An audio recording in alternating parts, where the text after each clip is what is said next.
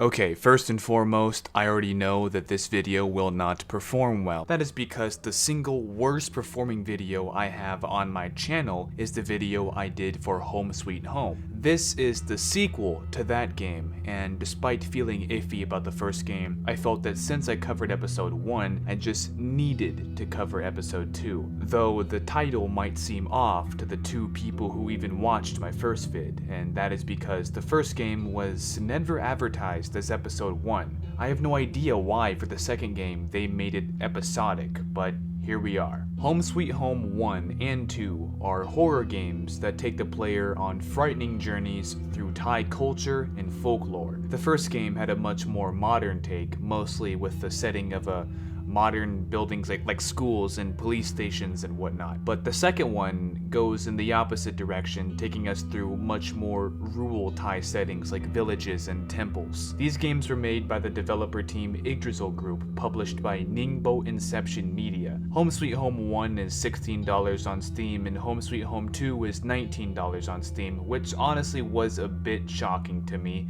Like I said, my review on the first game was a bit rocky. It was a mixed bag of emotions. Right now, I'd rate that game a 6 out of 10 horror game, and that's probably why my view count and interaction on that video is so low, because most people don't like watching a video shitting on a game that they've probably never even heard of. And if I had that kind of review on the first game, well, this video will probably have like 20 fucking views because I disliked the sequel so much more than the first one. Without dragging on and on with drip-fed criticisms, I'll let you know right now, I'd rank this horror game a 2 out of 10, half as good as its predecessor, well, less than half. I was gonna say 3 out of 10, but it's not even that. So if you just wanted to know what my blatant thoughts were, there you go. But I will say, there's a handful of cool shit in this game, and the video is not gonna waste your time if you love horror games, or if you're at all intrigued in oriental cultures that could be manipulated into something darker. I called this video Thai Voodoo because it really does go into a realm of twisted astral projection, diabolical Eastern shamanism, and brutally corrupted Buddhist traditions. Unfortunately though, those golden pieces of information are wrapped in a web of frustratingly bad game mechanics, cheap scares, bad voice acting, and just overall a really annoying walking simulator of a horror game that would only genuinely be terrifying for an audience of 13-year-olds. If you haven't already suffered through my first video, please go and do that, otherwise none of this shit is gonna make much sense. I know it's a bit dated with my editing skills back then, but that game also leaves us on a cliffhanger, which gets explored and explained in this sequel. So yeah, there's your warning that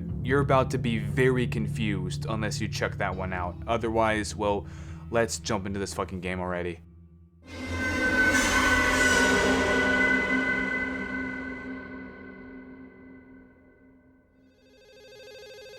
Oh, that must be Tim. Hello? Tim? Oh, Jane? Hey, it's Stu. Is Tim there? He hasn't been answering his cell. Oh, hello, Stu. No, Tim's not here. He left early today. Something came up and he rushed out. He said he'd call me when he was done, but he hasn't called yet. He must be really busy. What? Really? It's Songkran Day and he's still working? I thought you two made plans to spend your Songkran at Chiang Mai. We were supposed to. We packed last night and everything, but then this thing came up, and you know Tim, he's all about his job these days. He said he'd be quick. I don't think we can make it now, but whatever. What did you want to talk to him about? Oh, nothing really. I was gonna ask you guys to buy me some stuff from Chiang Mai, but I guess you're not going anywhere for the holidays then, huh? I guess not. Well, I'll keep myself busy, though. I've been meaning to do some gardening in the yard. Maybe it's the time. Well, that sounds fun. And I wouldn't worry about Tim too much. He just got promoted, and he's very excited about it. As for me, I'm not doing anything over the holiday either. So, hey, if you need a hand with your gardening, I'm just a call away. Oh, I'll be fine. I wouldn't want to bother you. It wouldn't be a bother. That's what friends are for. Anyway, I better get going. I'll talk to you soon, though. Okay, thanks, Stu. Bye. Bye.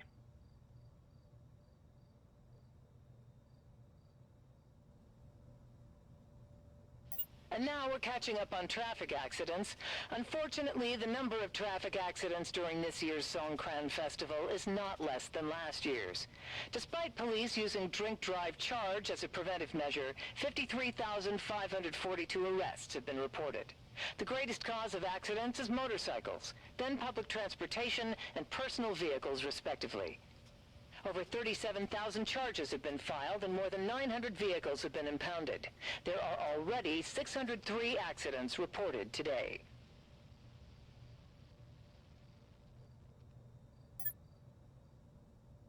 Okay.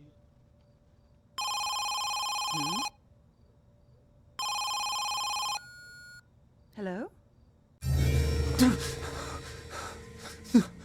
Just a nightmare. It felt so real.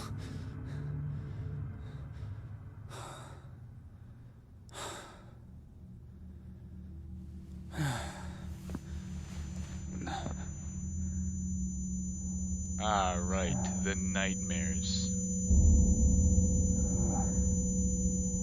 My head. Everything's spinning. Also, is that sky dark red? Whoa. Totally is.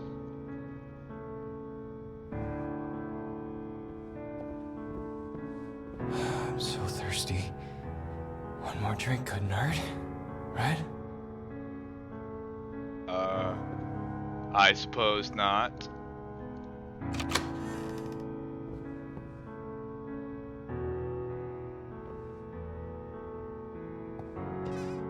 Oh, whoops.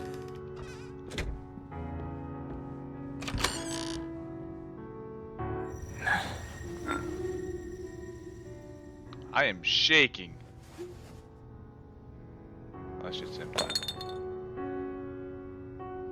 Yeah, homeboy's depressed. He misses his Jane. Can I grab that? That looks grabbable.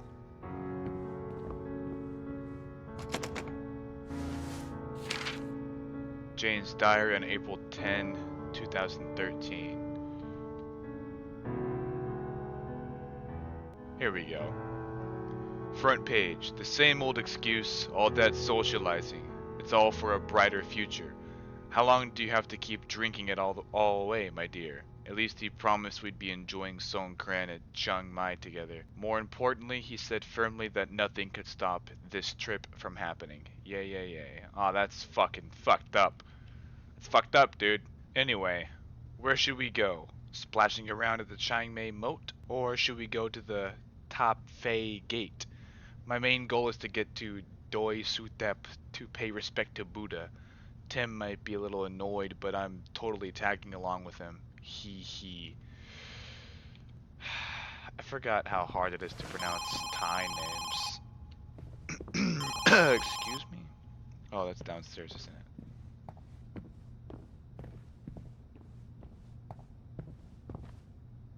Wait, it stopped ringing. Panic spread through crowds today when a solar eclipse took place without any official announcement from scientists or astronomers. Latest figures show that the phenomenon began at 10 a.m. when the moon began its transit across the sun. The eclipse will be complete at 12 p.m. Then it will leave sight by 2 p.m. This year's eclipse will persist for as long as the one that occurred in 2002. Meanwhile, Royal Thai Police Commissioner General Prayut Jantra has ordered that all areas be secured by officers who will also be directing traffic, as traffic jams are likely with citizens coming out to witness the phenomenon. This will allow for local vendors to pitch their stall. Eclipse sunglasses are now the most sought-after items during this event. Experts urge you to avoid using normal sunglasses or looking directly at the sun, as it can perilously damage your eyes and could lead to blindness. Sunglasses or films made specifically for this phenomenon are highly recommended. The Astrology Association of Thailand, on the other hand, predicts that the changing of the moon is an ominous event that could lead to chaos and violence. I just want to leave the house. Why is this happening? Hey, Tim. I've been trying to reach you, man. Did you turn off your phone? Your colleagues, they're worried about you. And so am I. You really need to take it easy with the drinks. You aren't young anymore. Look, man, I'm here if you need to talk. We all want you to be yourself again. We're rooting for you. We're pulling for you, you mean? I'm kinda hungry. Do I have anything in the fridge? No. The ladder. Right. Okay. Crouch / stand.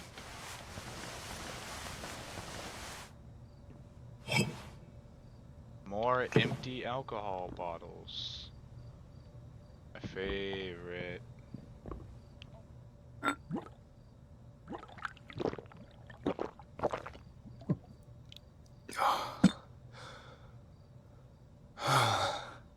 Do I feel better now? Ah, okay, okay. Daily report. Oops, I meant to hit description. Royal Thai Police, Daily Report File, Police Station, Samut Prakan Division, Provincial Police Station, yada yada. Mr. Chadchai Tubloy, Tim, 34 years old, resides at number 10 Mu 6, Paknam Muang, Samut Prakan, came to the police station and reported that on May 29th, 2013, at 3:30 a.m. he found out that Miss Nitharinya went missing and hasn't been found yet. What he found in Miss Nitharinya's room led him to believe that an assault had taken place. This report will be used as evidence of his presence at the scene. Okay. How about this one? What does this one talk about? A contact list of people Jane would probably go to. Okay. Seems legit. Letter of suspension. Suspension order. Dear Mr. Chadchai Tubloy, aka Tim, aka me. It has come to our attention that you have violated company policy by being absent from the workplace for an exceeding amount of time. Your conduct, as described, constitutes sufficient cause for disciplinary action. Normally, this conduct would result in termination from your position without severance pay. However, given your otherwise exemplary service and assistance to the company, your termination has been reevaluated to suspension for an indefinite amount of time. Please be informed accordingly that your suspension commences July 8th, 2013 and is effective until further notice. So, is that because this is after I lost Jane? I'm no longer going to my job because I seemed like quite the workaholic prior. So I'm assuming that's what that's about. Ah, here, that's right. The box. Zoom. Description. An empty box that used to store the knife. So, Jane has that knife, right? From the end of the first game? Leave me alone! Ah, stay back! Ah! Stay away from me! Ah! Any closer and I'll stab you! Any closer and I'll spit on you. I said, get away from me!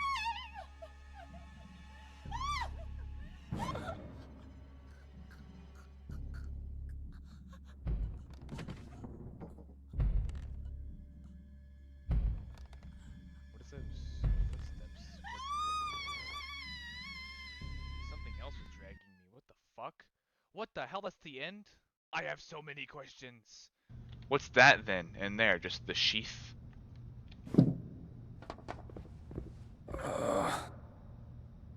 My head.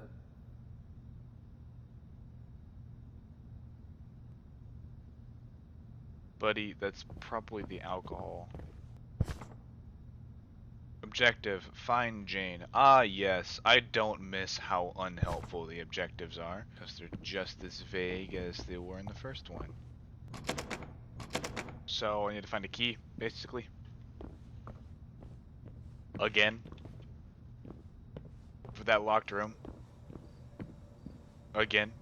Last time the key was like, in part 1, it was behind some sort of something. Let's take over here.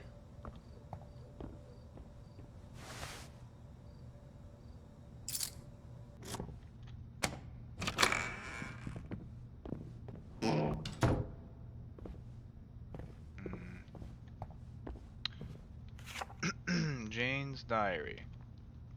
A diary written by Jane with no contents. Okay. Notebook. Yeah, no shit, find Jane. I already knew this. I already figured this out. I don't need your help. You're not helpful to begin with. What is happening? Damn it. Huh? What the hell? It's getting worse.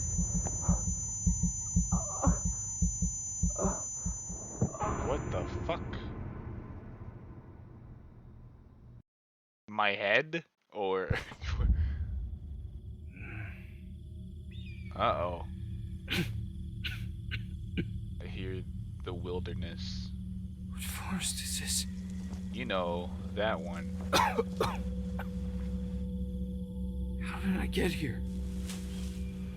Damn, it's dark. Demonic portal. I can't see a thing. Reminds me of the place Jane mentioned in her diary.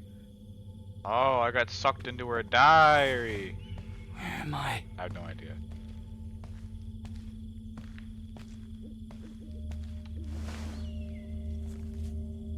How convenient. Another flashlight placed randomly in front of me. Let's say F. Okay.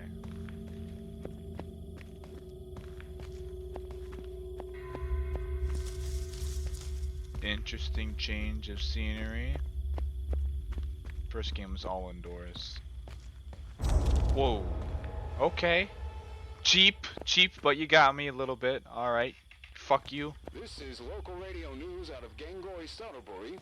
No, it's not. Reporting live on September 4th, 1959. The strange happenings of Bondtime Village persist and are still observed by frightened local residents. Ooh. Villagers reporting Sausage. hear livestock screaming during the night and find the bodies of the slain animals in the morning.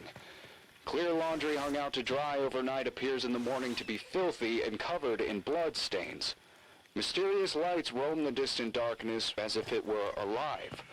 The people of the town are terrified and lock themselves in their house as soon as the sun sets. Some of the villagers have even assembled crude fences made from the branches of a monkey apple tree, believing a superstition that such a fence around their home will protect them from the something that is behind these mysterious occurrences. Local authorities are still pursuing all leads to determine the cause of these happenings as they struggle to comfort the local populace. A source has told us, however, that if the events continue to escalate, then the local officers may be forced to call in the provincial authority to lend a hand.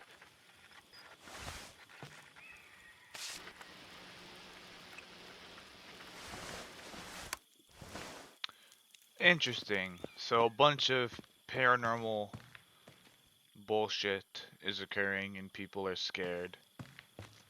Welcome to home. Shome.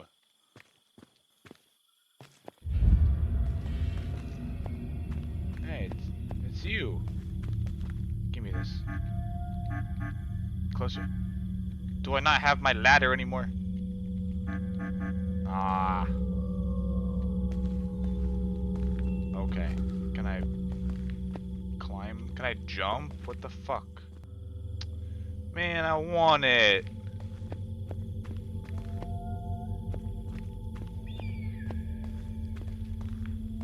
Okay. Alright. Whoa. Oh, it's more of that red yarn thing from the first game. Okay.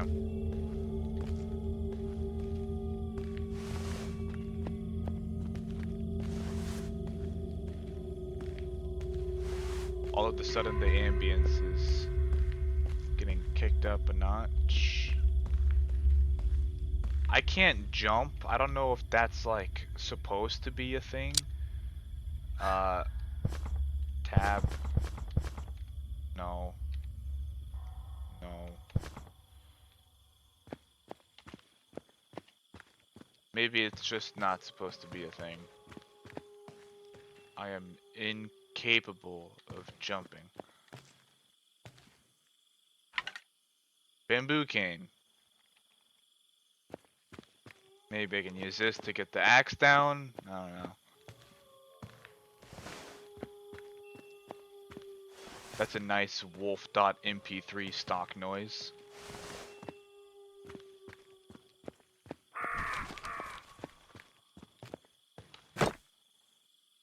Hello? Ah. Okay. Alright, come at me now, wolf. Split you in two.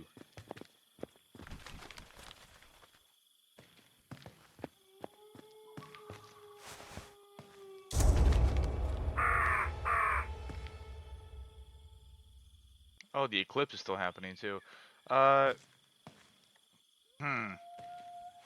Someone left this here as a gift to me. Thank you. I appreciate it. Just not hungry at the moment, you know. I had a big lunch.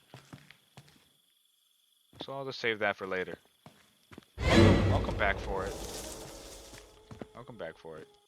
I'm gonna cut a whole tree down.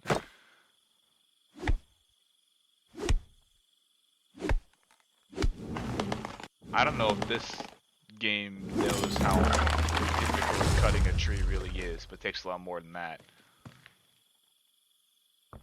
But alright. Alright.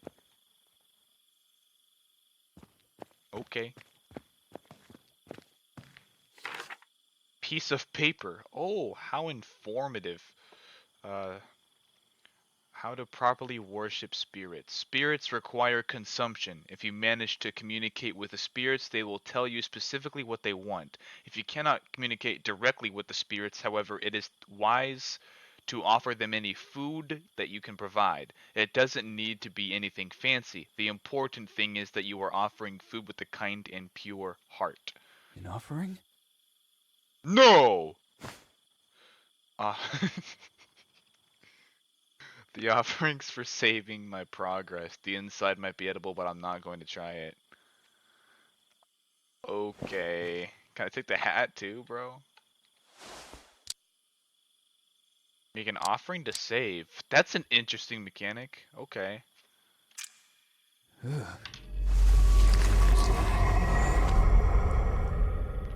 I actually fuck with that. That's dope. Only issue is my personal beliefs. If I left an offering out, that food is gonna rot and be covered in flies and maggots, and no ghostly hand is gonna come creeping out of the depths of the abyss and take my slice of cheesecake off the fucking plate. But okay. Still cool. I wanna see it again.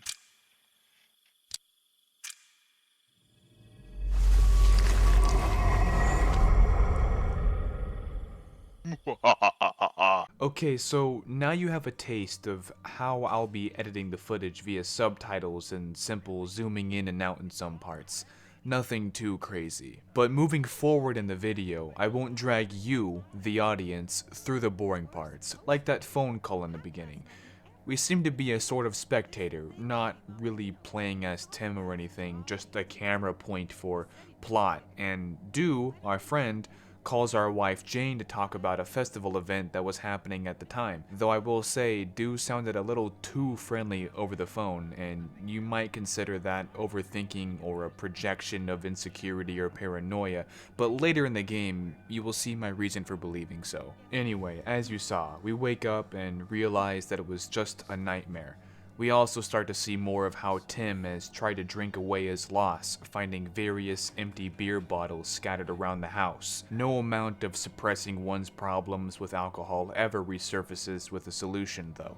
The problem just comes back harder and harder to handle each time, which isn't good for Tim's case. When we go back downstairs though, we see a news story about a current solar eclipse and how a lot of people in Thailand are panicking because of it. Why would they be panicking? Well, the eclipse is a surprise. Typically, astrophysicists calculate celestial events like this years ahead of time, which gives us plenty of opportunities to properly prepare. You can Google right now and find out when the next couple of solar eclipses are. So imagine how ominous it is when all of the sudden, with no warning at all, when everyone looks up, they see a completely unannounced solar eclipse. When celestial events as big as these aren't completely known, understood, and under control, it could be terrifying. Afterward, we get a phone call from Dew going directly to voicemail. He basically just says he's worried about how much Tim is drinking and that he's there if Tim needs to talk. It's no secret then that Tim feels utterly destroyed at losing Jane. Which reminds me, in the first game, we had plenty of moments where we went back and forth between the house, oh home sweet home, and a world full of ghostly monsters from Thai Buddhist folklore. I feel like these transitions are a type of astral projection or just, I'm not sure how to explain dimension hopping, since I don't really believe in it very much myself, but that's essentially what's going on, I think. Jane disappeared through supernatural elements, and local search parties have had no luck in finding her, so the only way to get her back is to go through the same mystical realm she got stuck in. 95% of the first game is a white rabbit chase of catching up to Jane, which for the most part felt like terrible writing over and over again, and this second game does the same exact shit. Only this time around, like I said before, the setting is a little bit different.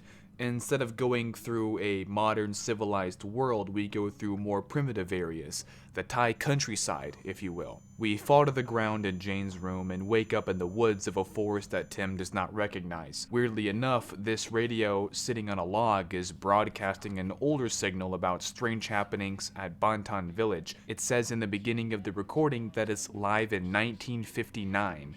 The first game is supposed to take place in like 2013, which at first confused me, but it makes sense in just a bit. The radio talks about villagers reporting livestock screaming during the night, finding the bodies of slain animals in the morning. Furthermore, clear laundry hung out overnight appears to be dirty and stained with blood by the morning. Mysterious lights roam the distant darkness as if they were alive. Locals are scared and are resorting to scared superstition, but it's a little bit more than that, as you could have guessed. I only looked at it for a split second, but while you're here in the woods, the eclipse is still visible. So Tim, even though he seems to have gotten transported to a realm again where the supernatural walks alongside him, he is still in the current time, which is 2013 or 2014 or something around that time. I think what the radio means is that there was another eclipse in 1959 and shit went haywire. Otherwise, why would we be hearing about it? We see a dead pig, a dead deer, and a dead bird, signifying that we are soon to experience horrors somehow correlated with this eclipse that also happened in the previous eclipse in 1959. This eclipse layer of the story is something I actually really like, and I'll come back to it near the end of the video because it kind of wraps itself up. But continuing on, we basically trudge through cheap scare after cheap scare till we get to our first save point. The save points are pretty cool in this game, whereas you make an offering to spirits in order to save your progress. Think about it, you're in the spirit world, so in order to ensure your progress and safety, you bribe the paranormal energy lurking throughout. I think that's kind of brilliant. Unfortunately, the Eclipse plot layer and the save concepts are some of the only brilliant parts of the game. Yeah, I'm not very good at making watchers of my videos stay intrigued to watch more, am I? Well, in any case, let's move on and I'll pick up the pace.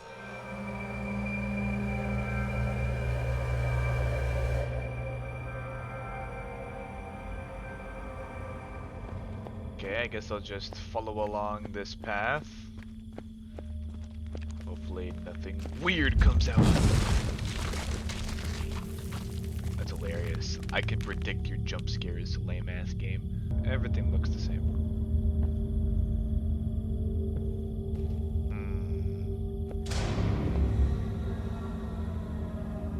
Okay, yeah, scary blood in woods. Yeah, more red yarn. I'm shivering in my boots. What is this? I don't know, did a bird shit on my head? It's like tree sap. Baby food. It's all yellowy. Brownish. It's like my car's windshield after hitting 1,000 mosquitoes. Can I manually wipe this from my face or something? Hello. Creepy thing.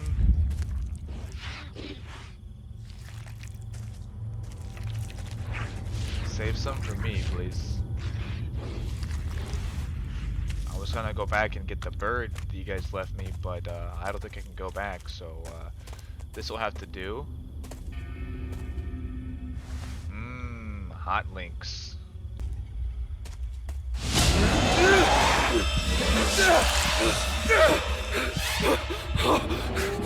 What the fuck? You could have at least wiped this gunk off my face for me, god damn it. By the way, I wasn't really sure what this monster was supposed to be. It's definitely the thing mentioned on the radio that was terrorizing the local village and killing and eating their livestock, but as to what the monster or spirit is even called in Thai folklore, I didn't know at first. Then I did some research and found something called the Krasu, which is a nocturnal female spirit in Southeast Asian folklore. It manifests as the floating, disembodied head of a woman with their internal organs still attached and trailing down her neck. How delightful. Oh, the rain droplets on the screen kind of made me think something was lurking about in the distance.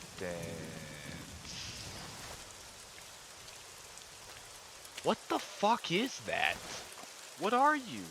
And upon doing some research, this Krasu spirit was popular in a handful of older Thai movies, but gained quite a bit of traction in the more modern take with the movie Inhuman Kiss, which came out in 2019. Now, I tried finding this movie in HD and it wasn't easy. My only option was to purchase a subscription to Netflix, and I use Opera GX, which is a free built-in VPN option. Not even sure if setting my location to Asia helped or not, but I had it enabled just in case it wasn't available otherwise. Some things I gathered from this movie, as well as other sources, are that the Krasu like to wipe their bloody mouths on hanging laundry after they kill and eat livestock. That's something that was mentioned in the radio log too, by the way. Similarly, staying indoors and boarding up the windows at night, making sure everything is locked. One thing Inhuman Kiss touched on that wasn't in Home Sweet Home 2 was how the Krasu spirit can infect someone, like a curse that doubles as a disease. If a mother Krasu spits into water and a male drinks from that source, he will die painfully if it's poisoned, but if a female drinks from that source, she will gradually become another Krasu. Overall, I thought Inhuman Kiss was okay. For a foreign culture movie like this, the CGI could have been a lot worse, and the practical effects for the blood and gore weren't bad either. But I'm not really a fan of romance movies, and Inhuman Kiss is a romance horror movie. The way they pulled it off was by including the Krahang spirit, which in Thai folklore directly correlated to the Krasu, but none of that stuff is included in Home Sweet Home, which is a little strange to think about considering these games are advertised as horror games with a romance blend to it. Obviously, the whole plot of both games revolves around playing as Tim, searching for his beloved wife, going through spiritual trials and tribulations along the way, but we see very little of the Krasu in this game and none of the Krahang. I wish it was incorporated just a little bit better into the story and for longer. Oh. Hello. Bro has gamer posture. Shouldn't that blood be like right here? Because it looks like something got dragged, but it'd make more sense if like he crawled over here or something. I don't know. Detective Tim is kind of retarded. Ooh, I don't like that. That's haunting. More dead bodies. Oh, I like this. This is spooky. Do more.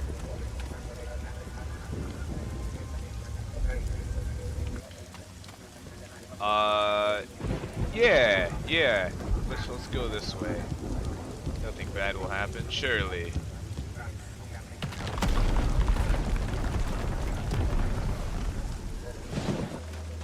We'll just continue on this way, I guess. Don't have much of an option. Oh, thank you. How convenient. I'll just shut the door. Don't want to let the cold air in, you know? I already shut it. What the fuck? Okay. Moving on, we can find this diary note from Jane left in this abandoned cabin. And basically, here we see more of Tim neglecting Jane's needs for the sake of his job, being an extreme workaholic. And as we saw in the beginning of this game, he went from workaholic to alcoholic after losing Jane, which is interesting because this note says he was never really much of a drinker prior. Horror comics. Hey, stop slamming doors. I'm trying to read a cool comic book. Very cheap horror comic that was quite popular in the past. The cover reads Cursed Haunted House. Ooh.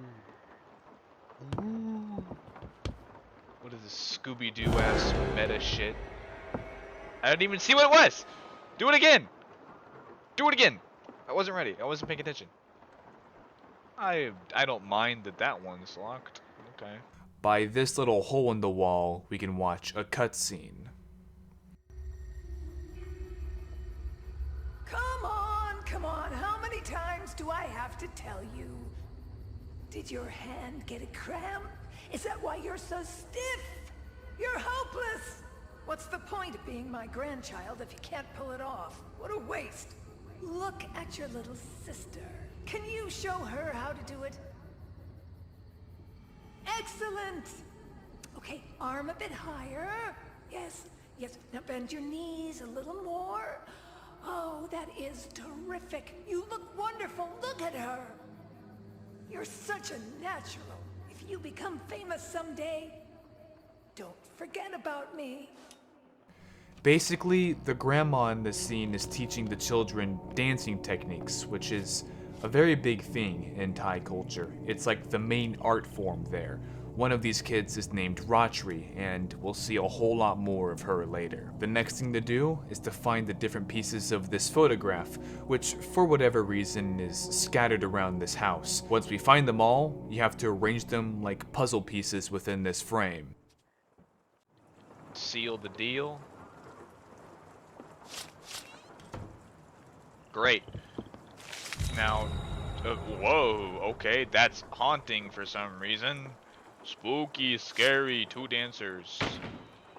Now I get a key, perhaps? Or something to cut that knot, perhaps? Oh, shit! Hi. Hold still, I'm gonna take your rib and use it to cut open that lock. Or do that. Difficult this time. What do you mean? Bro, what did it even stab you with? It wasn't the knife. Can I have that thing back then? Is it pick-upable? What the shit? I just murdered a zombie. Ah, it's over here now for some reason. The nail of Sengkawanorn. Sengkawanorn. Dope. Surely that is how I cut this open. Oh my god. Can I stab myself really hard with it in the leg and wake up from this nightmare? Hiya! If you don't say hiya, you know, the power is just like half as much. It's an ancient martial arts rule. I am so confused right now. This... Are you fucking for real? Well, I guess that just helps if I just say out loud into the universe, I am so confused. The answer will surely present itself soon. Right? I'm gonna remember that in the future. That's a very useful skill. Use nail. I can't wait for this. Hiya!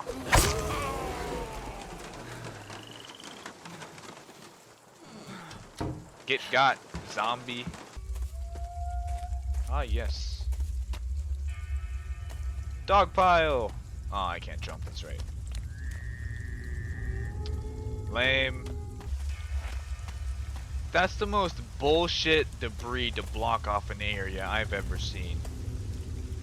That's some like Black Ops 1 pay 500 credits to open this door, like, and it's like a couch in the way. These are teleporters. Your big ass fucking hand gets in your way so you can't comprehend or fathom how they work, but what the fuck? Hold on, what the? Are you insinuating someone's locked in this little... You know what? I don't hear nothing. What? Huh? Someone say something? Someone whimpering somewhere? I don't hear a whimper anymore. That's wild. Over here, we get to see the cross suit once more. I died a couple of times to it though, because during the majority of my first playthrough, the button to use the bolus herbal medicine, which is essentially how you heal yourself, was not working. On mouse and keyboard, it's supposed to be the R key, but you best believe I pressed R plenty of times and every other possible key and it wouldn't work. This was incredibly frustrating for me because this game has no settings for configuring the controls, which means you can't bind the heal to a different key, nor can you play on a different control preset. Enemies such as the Crashu deal a lot of damage when they attack you, and if only I had been able to regenerate my health back up, I wouldn't have struggled as much with the Crashu's final encounter. Well, I say final, but we do see the Crashu just like one last time later on. Oh.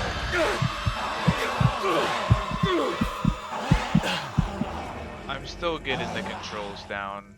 The controls of this game are pretty fucking ass, if I'm being honest. I can't even fucking heal. Like, I'm going to assume that maybe I need to find 3 of these before I can use them, because there's no indication of how I do use them, and it's getting very frustrating.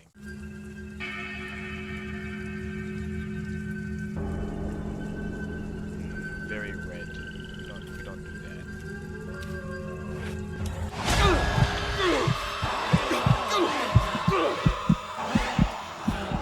Alright, I'm gonna be here for a fucking while. Talk to you in like 10 days. 20 minutes later. What did I pressed like 9 buttons at once. After making the sacrifice at this tree, which in doing so we require an offering that we don't have, so it pisses off the spirits take us through a sort of paranormal trial. We get teleported back to that house where we were before, where there's a corpse on the ground and some alcohol bottles that you can inspect. Right around here, we can see another cutscene through the hole in the wall.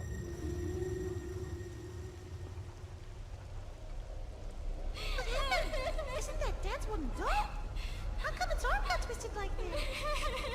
I didn't do it. It just fell and broke on its own. Don't worry. I'll try and fix it. Hey! What's going on here? Oh, darn it! This is your dad's beloved doll! What's happened to it? It wasn't me. She took it out to play. No, Granny. I didn't do anything. Swallow that excuse! This is your dad's precious belonging, and you broke it! It wasn't me, Granny. She did it. Only a brat would blame it on your little sister like that. How could you be so vile? This one has absolutely horrendous voice acting, but the purpose of the cutscene is to show how the grandma was a little nicer to one of the girls, while harsher on the sister, which is supposed to show us that it's like planting a tiny grudge between them, or at least that's what I gather from it. While we're back in this house, we need to take this garland, which will be our offering at the tree shrine.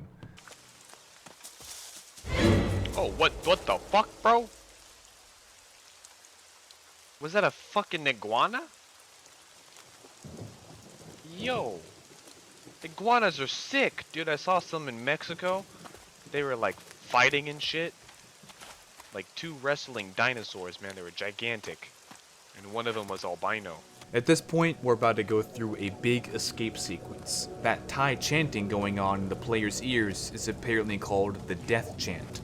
I'm not sure about what the cultural significance behind that is, but I thought it was a really good addition to the creepy atmosphere. As we traverse these rice fields, you'll notice a lot of bodies floating up into the air as if their souls are being pulled up out of hell by some malevolent puppeteer, and spoiler alert, they kinda are, which is badass, but we'll discover the details on that later. For the time being, our objective is basically to just run and dodge these zombie villagers with no golden apples. We run and we run until we get about halfway across the treacherous looking bridge.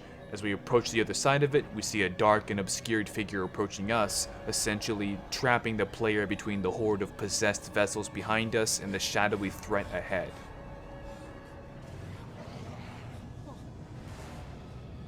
Then, the bridge collapses because of too much weight.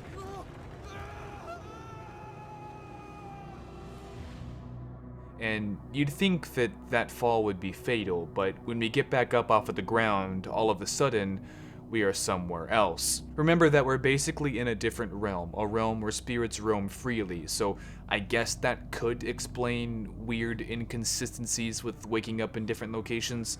I don't know. In all reality, I don't think it makes that much sense, but I don't care enough to question it with sincerity. Apparently, we can no longer use the flashlight in this area and have to stick with this lantern you grab off the door. Alright, let's close that, actually. Ooh. Creaky floor. How about this way? More something, perhaps? Books that I can't interact with. Is this a teleportation thing or just a crouch under? It's just a crouch under. I go back the other way. In this note here, we learn about Ratri, who was one of the sisters that we saw in those silhouette cutscenes. Ratri died in a mysterious way, and her boyfriend Ming is the prime suspect because he had also gone missing. And apparently, according to the school, the ghost of Ratri still haunts them.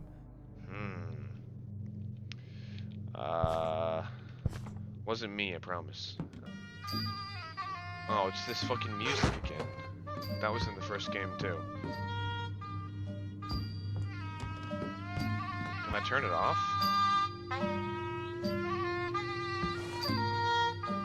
Ooh. You're not freaky at all. Actually, kind of scared me a little bit seeing you in there. I'm spying on you.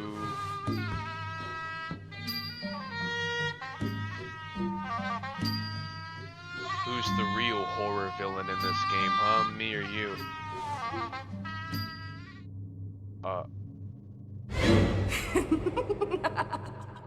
Okay, you, I guess.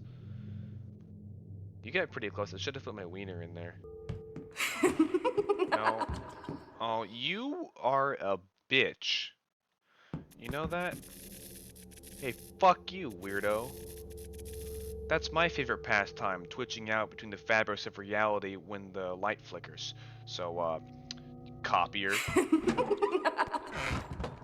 Oh, shit! I didn't know you'd be in this room. I was just talking about you. All good things, all good things. I hear breathing over there, but you're right here, so you're not real, right? Right? Right? Just interact. I'd be doing that. Do I need to use something? Cause I've been doing the interact, I tell you, I've been doing it, and nothing's happening. I'm supposed to hide? I had no idea.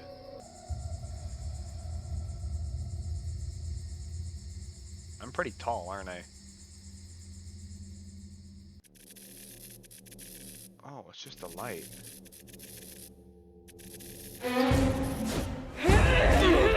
What the fuck?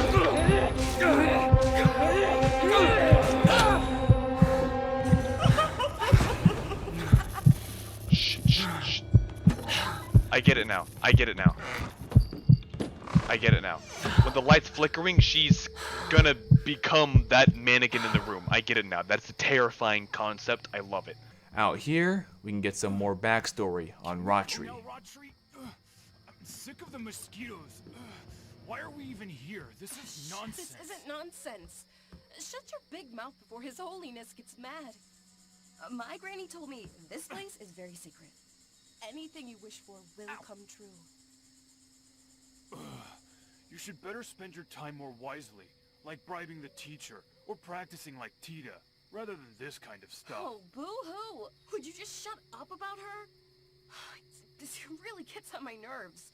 I don't see how she's better than me. Like, what? What's with the teacher? And Bua? She looks like an old hag. Just wait. If I get that main part, instead of those scums, I'll even do the naked dance as return for your blessing. Satu. I'll rub it all over their stupid faces. Okay, let's go back. Don't come with me next time. So, Ratri is jealous that her sister, Bua, is simply a better and more disciplined dancer than she is. Ratri has more physical beauty than Bua, but less talent, and she's a bit of a narcissist who thinks that just because she's prettier, she's better. In reality, she's not, because that's not how things work. We get more details on how rotten of a person Ratri is when we gaze into this little peephole over here. Ratri, have you heard the news? What news? Bua is gone. All the rumors said that she left to Bangkok with her spouse. Huh? The teacher is now looking for her replacement, and the event is getting closer. Oh, really? Yes. I told you that he was the real deal. Obviously. Just the blink of an eye, and it all came true. Now's your chance, Ratri. Who would be the better suitable heroine than my cutesy little girl? Hold your horses. Who's your girl? A beautiful girl like me wouldn't even look at a guy with a face like yours. Ew. Fine then. Don't you even come crawling back to me. What the fuck? That made little to no sense. Also, I'm pretty sure y'all are missing or dead, right? Where is it at? Dancer found dead. School claims she still haunts them. Yep, Ratri found dead inside her room with their body twisted terrifyingly out of shape. And the dude Ming is missing. So, you know, what's that tell you? That y'all are dumb. Haha. I would never die to a thing like that. Later that night. Oh my fucking god, dude, this is the stupidest shit! This is retarded. This is so stupid. Think that's funny? You laugh it up, cunt. Can't go that way. Move around the fucking corner! Got stuck on nothing. Is my waist the fucking width of a blue whale? What the hell? You better not come in here. I'm picking my nose. I don't want you to see. I'm ashamed. So yeah, this Ratri bitch is probably one of my least favorite entities I've had to go against. At first, I thought her gameplay mechanics were pretty cool, but this game is tedious, monotonous, and this whole section with her was such a deplorable combination of boredom and frustration that all of the horror was sucked right out of it. Mechanics that were cool for 2 seconds quickly became mechanics that I cursed under my breath as I played. Not only that, but the actual written plot and characteristics of Ratri are that of a terrible piece of shit of a woman. A spoiled, rotten bitch. Here's more evidence of why I hate this character. Teacher, what's the meaning of this? Why did you choose Tita to be Bua's replacement? Now that Bua left, the part should have been given to me. I'm prettier and can dance better than Tita. Why is she chosen? This is unfairly biased. Calm yourself down, Ratri.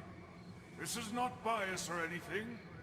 With all well consideration, I chose what is best for the situation. No, you're biased. Don't you give me that tone, young lady. Have a good look at yourself, would you? Start with the thought that your beauty will get you what you want. If you won't step away from the mirror and practice like Tita, then you would never get anything handed to you for the rest of your life. Yeah, there's people like Ratri literally everywhere. Anyone with access to social media and who isn't the most attractive person has probably already figured that one out.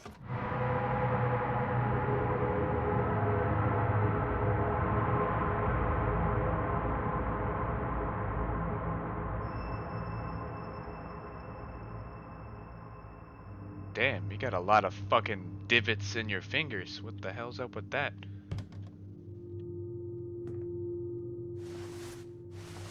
Bitch has like 18 knuckles. I hear your jewelry jingling and jangling. Like me hiding in my high school locker from the janitor after setting off a firecracker.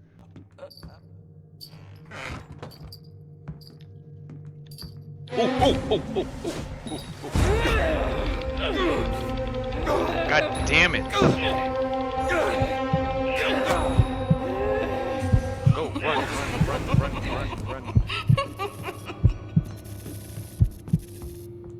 Run, damn it, since the stealth mechanic doesn't even fucking work, basically. There's no time to crouch over here. Crouch walk. I mean, look at that. That you coming into being from the flickering light was like no time at all. Your footsteps, like, yeah, I can kind of track the general direction of where she's walking.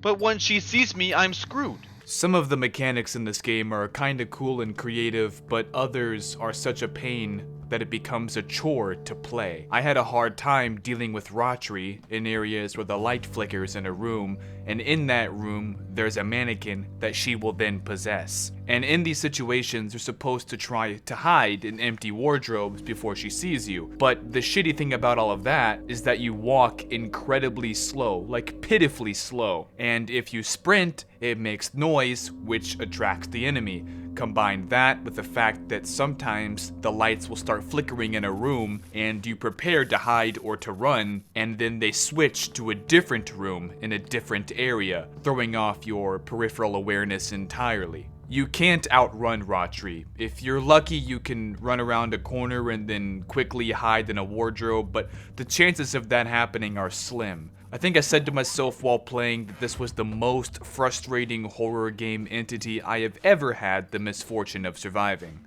And I've got to say, in all honesty, it's the biggest piece of dog shit. Find a way out. What do you mean? I thought I was doing that already. Oh, it's dark in here. And the music changed. I see doll parts everywhere and creepy voice from that direction. I just go back? No, okay.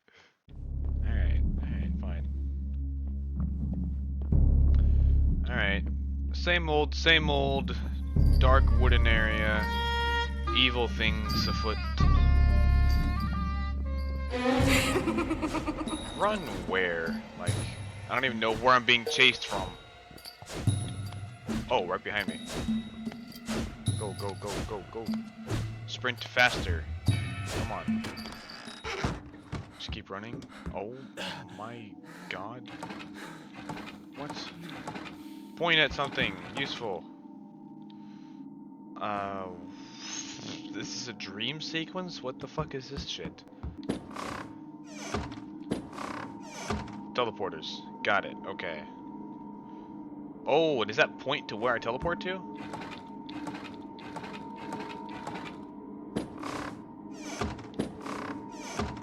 Oh my gosh, it does. Now that's cool. I like that mechanic. Over there.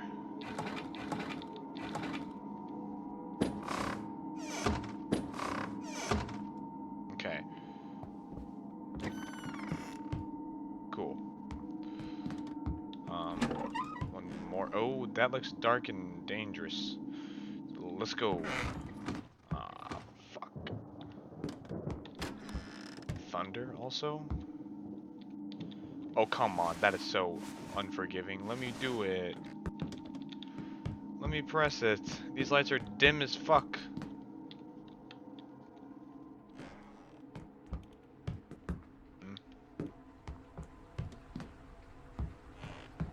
In fact, they're like not even on, actually. Let's go through the narrow hallway. Yeah, that's a good idea.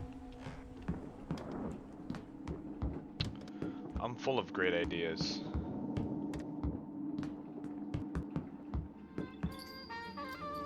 Like going this way. Okay, okay, run then.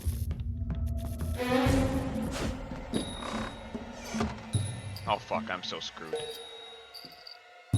Oh fuck. Oh fuck. Don't come any closer.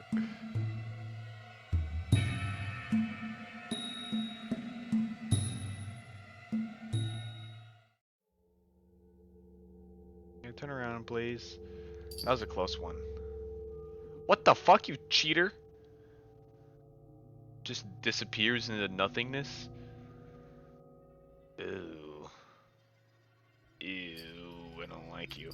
Now, in this next segment, there's a door with a chain lock, and in order to open it, you need to saw your way through with a hacksaw. Funnily enough, there was actually a major sequence similar near the end of the first game, which acted as the boss fight in the school. The one in this game isn't as dramatic as that one, but it's still just as much of a pain in the ass to complete. Is that the room with the... Is that the bolt cut door? Oh shit! Oh shit, man!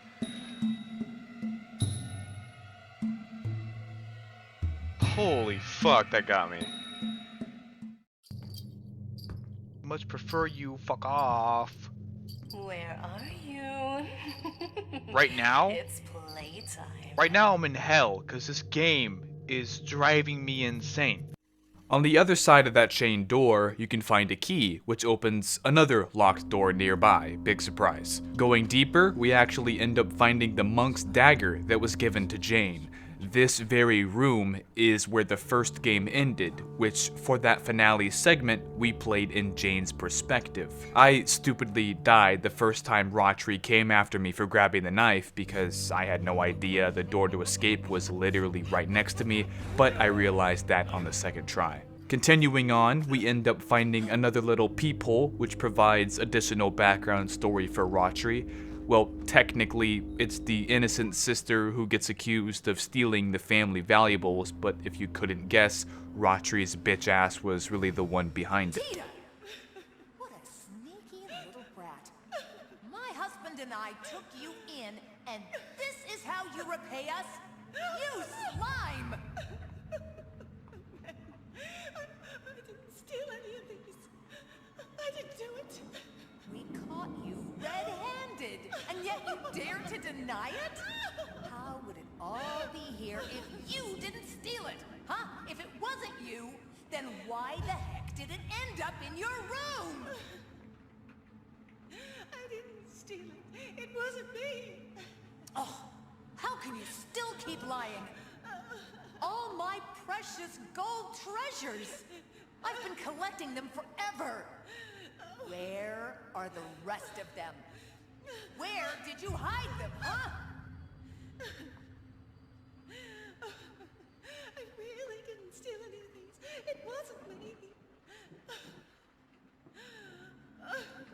Oh, what a stubborn little... You know, I thought you were an innocent little child. You were so devoted. I never thought you'd turn and bite me, you dog! I'm giving you one last chance. Tell me where you hid the rest of the gold! I don't know. I didn't do it. In this next area, we're taught that you can actually use the nail of Sinkawanorn, or however you're supposed to pronounce that, on a mannequin. If you jab the nail into the mannequin and then Rotary possesses that mannequin, she will be staggered. Then, while staggered, you're able to slice her with the monk's knife. In doing so, that mannequin turns into one with no decorative garments over it, and she can no longer possess it. So this isn't a real way to kill Rotary, at least not yet. But if you get good at doing this, and you'll have plenty of practice in this area, then you'll be well prepared for the boss fight. Why does she always go to the one that I'm not at? I know you're there. You don't know jack shit about Jack fuck. Jack idiot.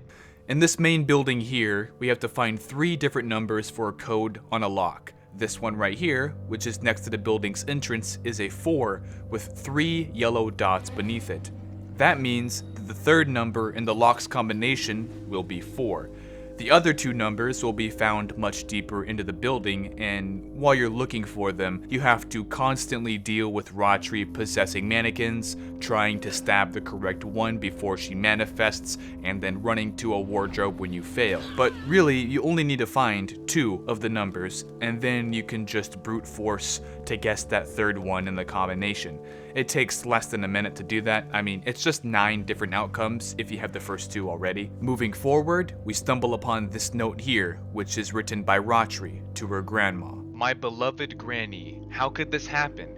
You said that the spirit was sacred. If that's true, then why wasn't I chosen to play the part?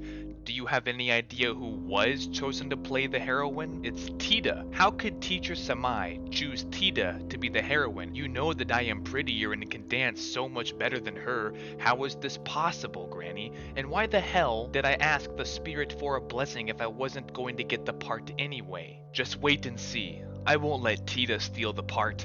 If the spirit can't help me, I'll do it myself. I'll do anything to get that part. You agree with me on this, don't you, Granny? Love you most, Ratri, your one lovely granddaughter. So, another case of Ratri lacking actual dancing talent and blaming the world because of it. She wants to work around that skill barrier by using her physically appealing looks and by using basically witchcraft. Anything but doing the real work of discipline and motivation and practice. Whiny ass antagonist, if you ask me. The next part is a puzzle, and it stumped me for a very, very long time. What can I say? Look, here's the thing. Fine. Listen, I'm gonna be honest with you. I'm kind of retarded. Basically, you're supposed to rotate these inactive mannequins to point in a certain direction. Then, if you enter the wardrobe within the same room as that mannequin, you will teleport to the wardrobe in the room the mannequin was pointing toward. The reason this particular puzzle was so difficult, though, was because it took me a while to realize that in order to teleport into a room, the door to that room had to also have been opened. Furthermore, there's a few rooms you need to get to that require teleporting through multiple obscured openings that are almost impossible to notice. So I ended up solving this by chance, which was extremely time consuming. When you get past this puzzle, you get to suffer through another little peephole lore sequence full of horrendous voice acting. Ming! What are you doing here? Someone will see you. Well, I'm here to talk about the promise you made me. You've been avoiding me. What promise? You'd better get out now. This is inappropriate. Don't act like you forgot.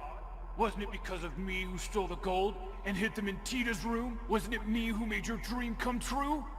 That was no ghost, Ratri. That's me. If you're not gonna return the offer, you can return my favor now. What favor? You'd better watch your mouth. I came up with the plan. I just needed a hand. It was me who talked to that stupid cow and made her believe all of this. Just a hand? A hand? Here, let me show you what a hand can do. Get off! Stop it! If you don't stop, I'll scream for help. Get out now. Yeah? Go ahead. Let everyone know what kind of dirt you really are. Go away! No! What's wrong? Are you tricking me? Yeah, your acting won't fool me. I can't move. Please. Why are you twisting? I don't know. Hey, Ratri, what's wrong?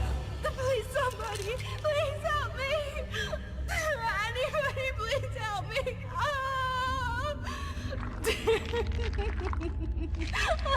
Oh, holy shit! This is for real. Ratri's possessed. I'm out of here.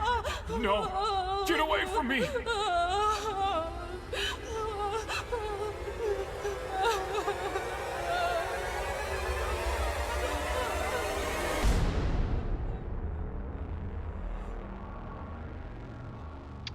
Dumb. It's a terrible voice actor. That fucking guy, dude. Oh my god. Why are you twisting? I guess I go back. Stop sticking your nose into my business if you don't want to die! Well, stop putting your business in my nose.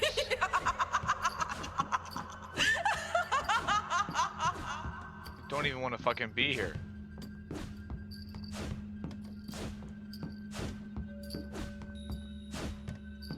World's best chase sequence, guys.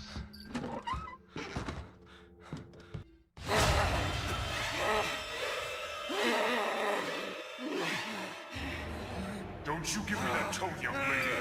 Have a good look at yourself, would you?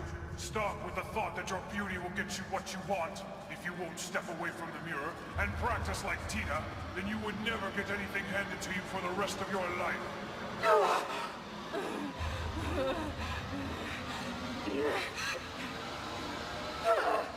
I'm the heroine. I'm the number one. Who's ever in my way will die. Now in this sequence here, Ratri shows her true form, angrier than ever, chasing the player through a series of doors. This sequence can be pretty unforgiving if you have slow reflexes, but the obstacles should be in the same spot every time, so if you're able to memorize which doors will be blocked off, you can breeze through that way. No shit, run. That's what I've been doing this whole fucking time.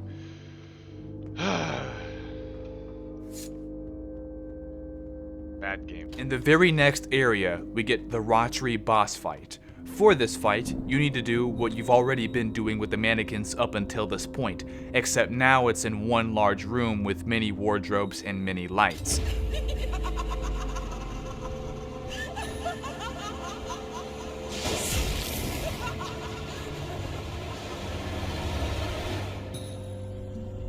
The goal is to slice Ratri over and over until her spirit gives in.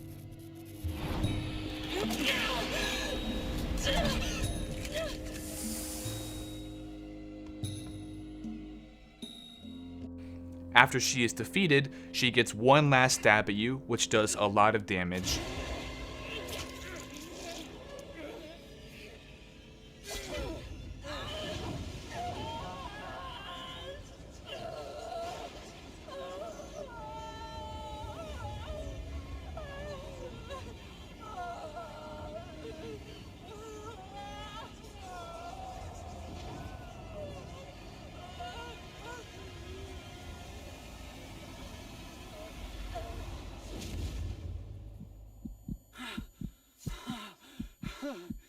Tim even falls over from the blood loss on this wooden walkway.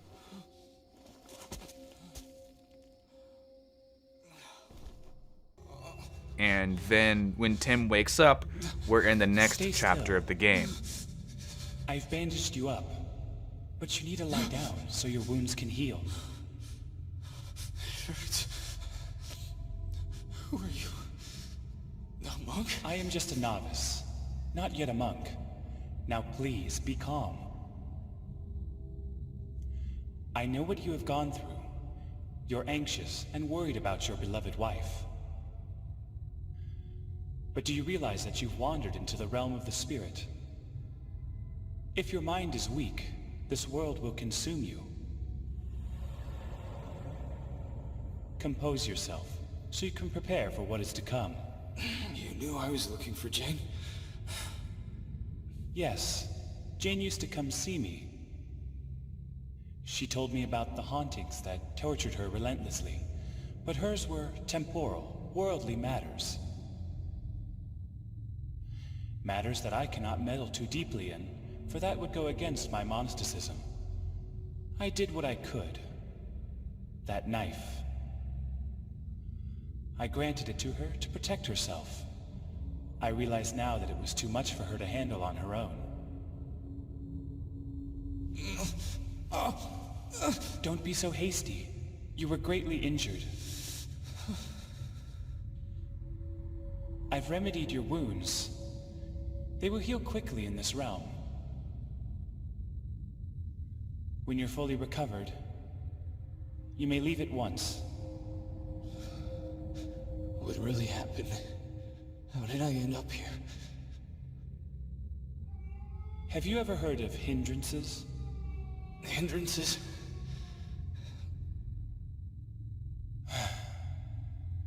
Once one has passed, all their earthly ties are supposed to dissolve naturally.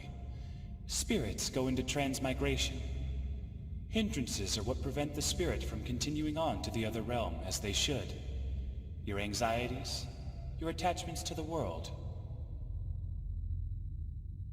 These are your hindrances. When you're in hindrance, your spirit cannot move on. It lingers, wandering as a ghost. This realm we are currently in? This is the hindrance. What about Jane? Is she stuck in the hindrance too? How can we get back?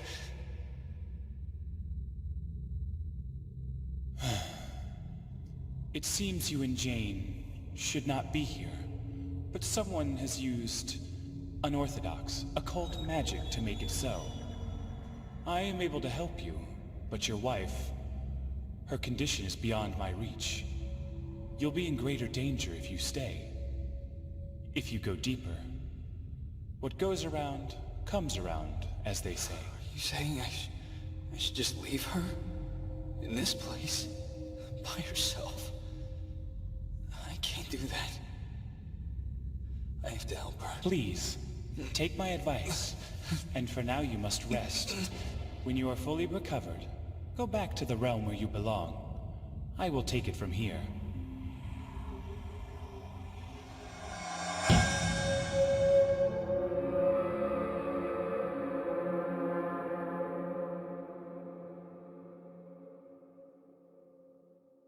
So this monk novice dude basically warns us that the spirit realm is incredibly dangerous and that the dangers will likely just get worse and worse. He says that we're not supposed to be here and that we should let go of Jane to save ourselves. Of course, Tim basically says, fuck that, and onward we go. I remember being stabbed.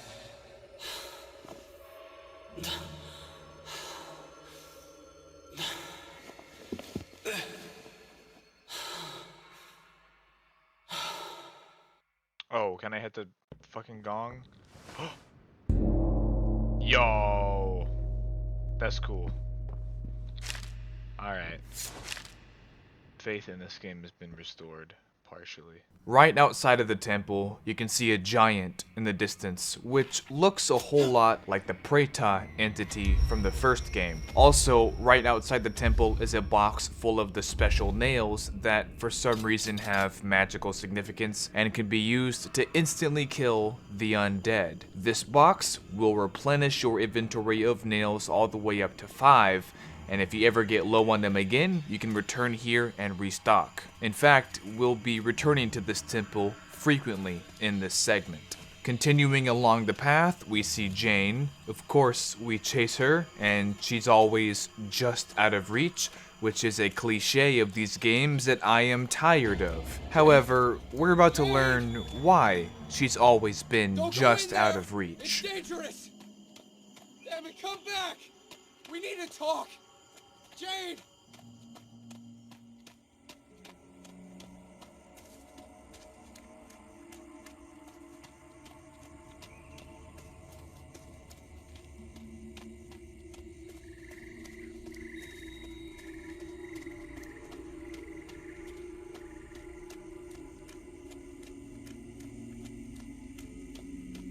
Jane! Blade, come back to me, please!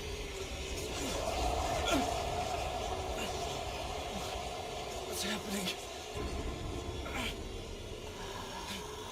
You are impossibly stubborn. Even made me break a sweat. Who the hell are you? You do not need to know my name. You and your wife simply need to do me a favor. A favor? What favor? A sinner has no right to question. Your worth is only to serve me. Don't come any closer! One more step and I'll stab you! Amazing. Your wife said the exact same thing. It didn't work out for her. What the hell? Fool! Put him down!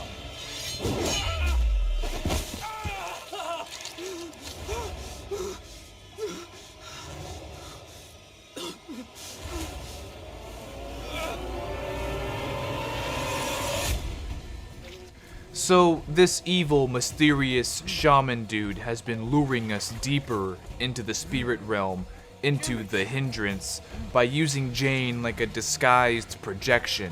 At this point, who knows if Jane is even still alive, or if this guy killed her a while ago. All that we, playing as Tim, understand for the moment is that this shaman dude is immune to our cool little ritual dagger, and he has a buff-ass henchman who wants to slice us into little pieces. Not much time to think about anything else, we gotta run through the woods to escape them.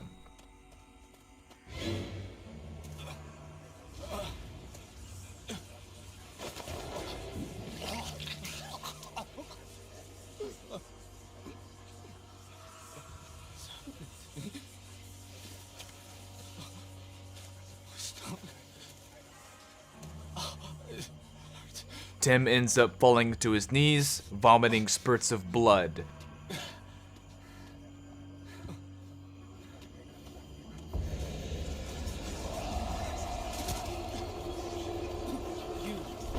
After this, he passes out once again and is woken up in the temple by the monk novice once again.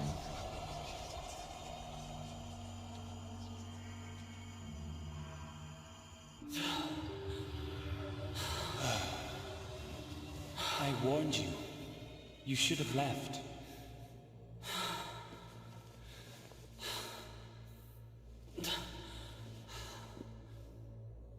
Who was that man?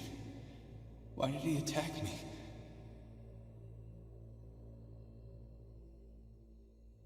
This has gone on long enough. Despite my warning and pleading, you still insist on looking for your wife. So I suppose I need to tell you everything. The man who attacked you? He's called Chai.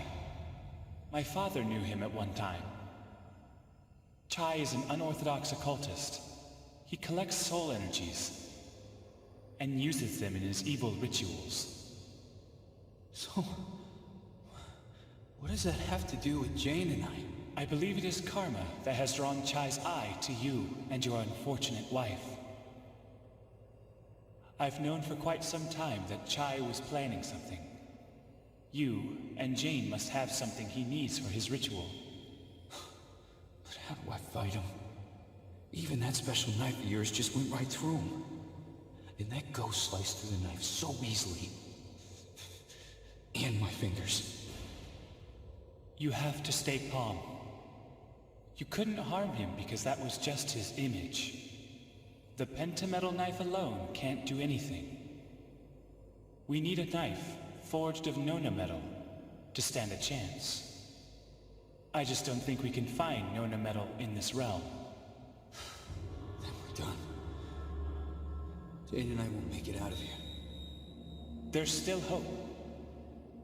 The ritual borders on the occult, but we don't really have another choice. If we can't find actual Nona metal, then we need something almost as good. If you can find a few things for me, I can make a more powerful knife. Of course. I'll do anything. So, what do we need? First, go to the cemetery beyond the temple. There, you must retrieve a nail from the coffin of a restless corpse. Second, collect the broken knife spine that is kept in the waterfront pavilion. Finally, get the crest of the old pagoda behind the church. The crest was once struck by lightning, and is now hidden somewhere in the temple. You must find it. And if I can collect all of these things, you can really make a Nona metal knife from them. We just need those 3 items. I should be able to, yes. Oh, and I almost forgot. You'll need a hearth for distillation. Don't forget to find one. Then, bring the distilled metal to me. I'll be here, preparing for the ritual. Okay. I'll get everything. I have to. So now we have to gather a bunch of materials in order to make a knife that is powerful enough to work on entities like that shaman guy and his hulking minion. Outside of the temple, there's this green sign that talks about the 5 precepts of Buddhism. What those 5 precepts actually are will be revealed shortly, as they are written on other various signs in this area. For now, just understand that they are like rules for Buddhists to follow, similar to the 10 Commandments for Christianity. Continuing forward, we reach this circle of buildings, and there's really not much here other than this sign, which tells us about the first precept of Buddhism. Abstention from killing. Yeah, about that. This looks kind of promising, though. Whatever this is. Nice and bloody and creaky. How inviting.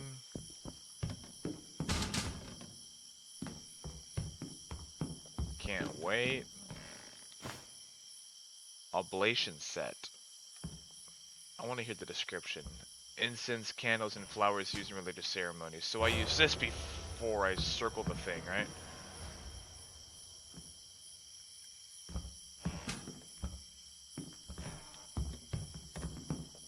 Just walk right past them, I guess. Okay. Made it. For now.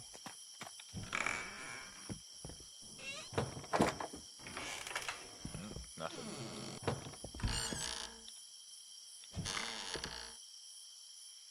Nothing.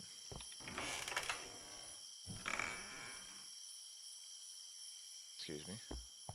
So, that oblation set we picked up will be very important here in a few minutes, but in this building right here, we find a note from 2001 talking about the Wesaili Temple and the pagoda in which we used the oblation set for. 10th day of the waning moon of the 7th lunar month.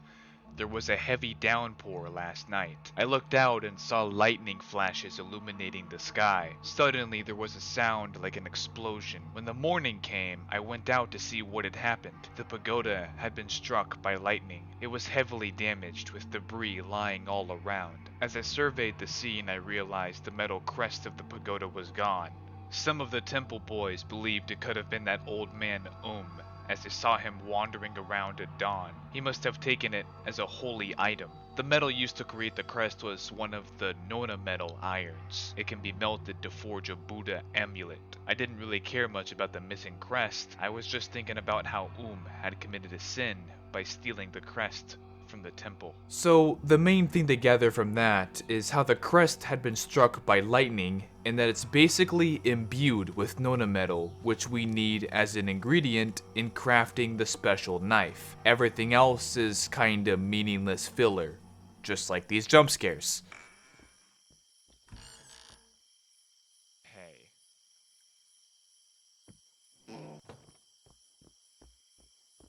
Hey.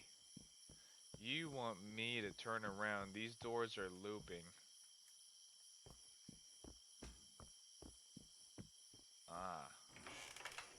Maybe it is just a really, really long hallway?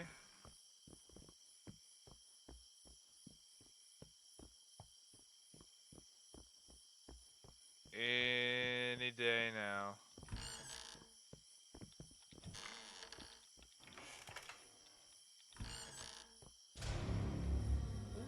Okay, alright. Fucking weirdo.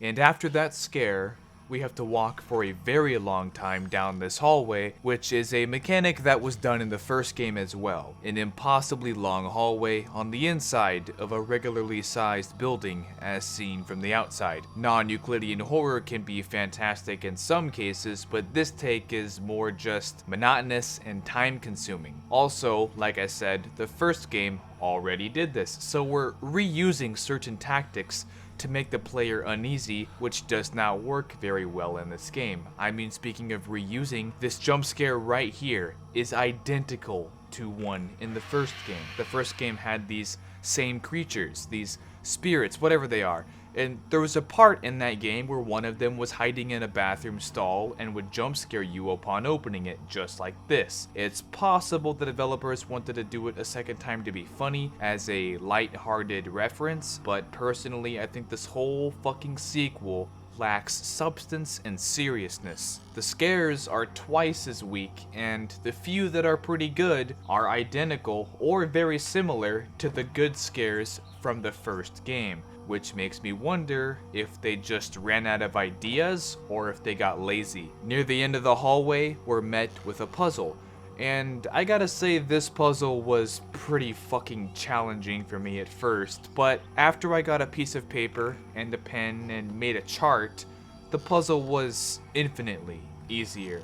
Basically, behind each door is a picture of an animal, and you have to open the doors in a certain order. Here's the basic layout of this area. The main door to exit is at the top. Then below, I labeled each door with their correlated animal picture. So on the left side, we have shrimp, fish, crab, shrimp again, then tiger. On the right side, we have tiger again, rooster, rooster again, crab, then fish. The best way to do this is to start from the top left. Open the top left shrimp door, then open the second shrimp door, which is 3 doors down from the first one. Then, sticking with the crustaceans, open up the crab door on the left side, followed by the crab door on the right side. Next, go for the fish door on the left, then the fish door on the bottom right. Open both rooster doors on the right side, which are right next to each other. Lastly, you should be able to open up each of the tiger doors, which will ultimately unlock the main exit door. If for any reason this order doesn't work, that might be because the pattern of pictures can change. I'm not really sure, but in any case, drawing up a diagram like this will certainly help.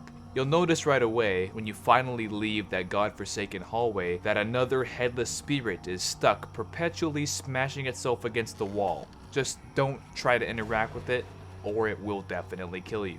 Over here is a sign with the second precept of Buddhism, abstention from theft. So don't kill and don't steal. Pretty straightforward so far. Directly after, we get another glimpse at the giant, which at this point I'm certain is the Preta from the first game. The next thing to do is to use the oblation set on the table in front of the pagoda, which allows us to practice a ritual of circumambulation. In other words, it's a religious custom to encircle this idol or pagoda 3 times counterclockwise.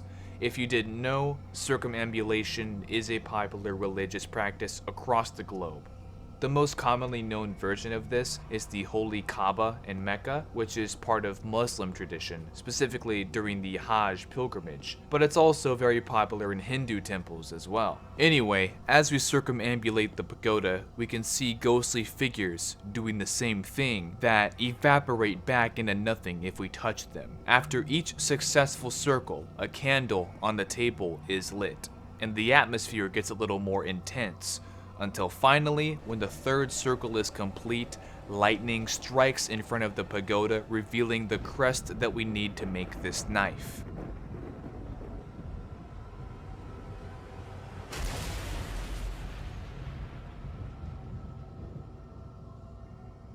Moving on from there, we actually get another glimpse at the Crashu. Well, sort of. Hey, fuck you. What? I'm sorry?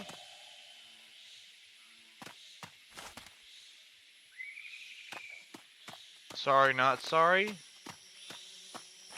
You're sorry. Got it. Okay. All you're able to see is a red light, and all you hear is a banshee-like scream, but I'm convinced you can't actually see the Crashu here. If you go around to where the red light was, you'll notice more eviscerated animals with their blood and guts scattered about. Clearly this was the doing of the Crashu, and that's made apparent when, upon trying to leave the area, the player is met with another demonic shriek with a red glow. Although when it happened, I was looking around frantically to try to see the damned thing, and all I got was red nothingness. underwhelming to say the least. It's a noisy jungle.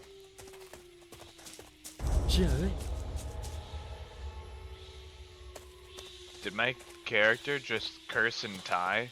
Over here is the 5th precept, which says abstention from intoxication. That spells bad news for our man Tim here, the alcoholic.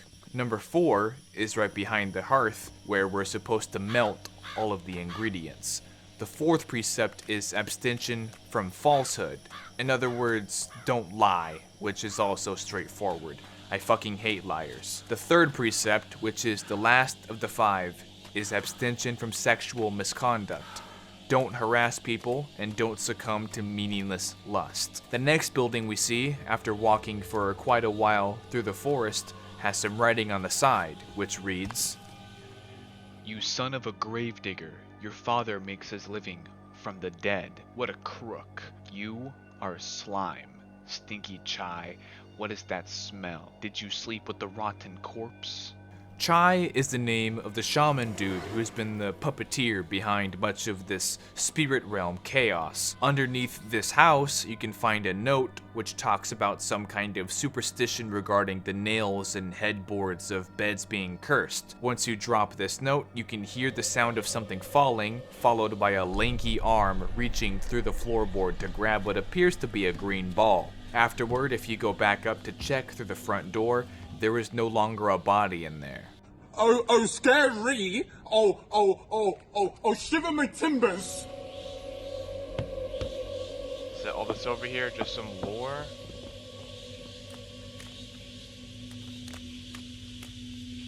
I was hoping for one of the 3 items I'm looking for, but, you know.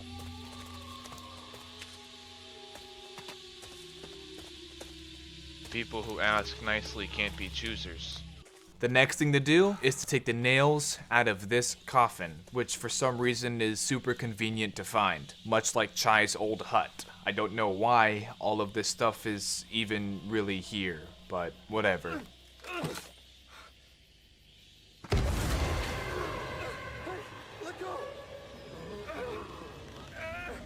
Spirit, spare this man.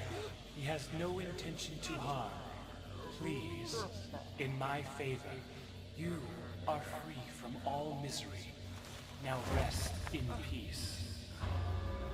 So after we take the special nails, the last thing we need to do is head over to the dock. At this area, there's a weird puzzle thing on the locked box, and honestly, I just half-assed my way through it, making random adjustments here and there, and I got it in less than a minute. Within the box is the last piece you need, that being the broken knife spine. Also, more Preta in the distance. Really not scary at all, just kinda cool to see. Anyway, make your way back to the hearth, melt everything together, and voila, Nona metal. Once you pick this up though, the area starts to get foggy with more of that red twine strung about. The atmosphere intensifies and that eerie Thai death chant returns in the player's ears as the undead start to crawl out of the ground and chase you back to the temple.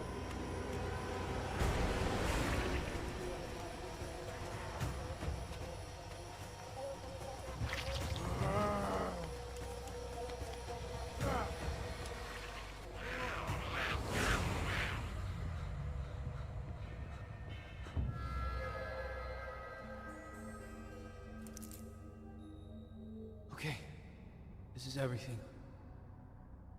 So what do we do now? Well done. I will now begin the ritual and forge the knife. Oh no. Are they with you? Huh? Oh, damn. I need to concentrate on the ritual. If they get in, I won't be able to fix the knife. Don't you have a spell or something to chase them away? There are too many. If I had such a spell, we would have no use for the knife. Okay. I'll see what I can do to hold them off. You focus on the ritual. But are you sure you don't have anything else to help me fight them? I don't. Wait. There is something. There are nails of Sankawa Norn somewhere outside. They might be able to help you. Well, it's better than nothing.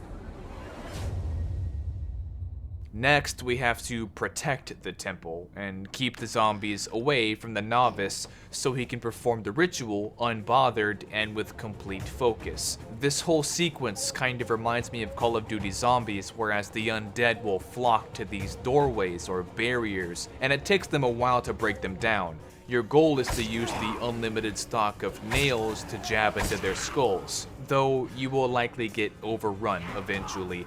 So just stay on your toes, pay attention, try to have fast reflexes, and you'll be okay. I also found out that if you try to swing the nail at a zombie as they are lunging at you, the hitbox is incredibly finicky, and you'll likely miss. So be careful with that.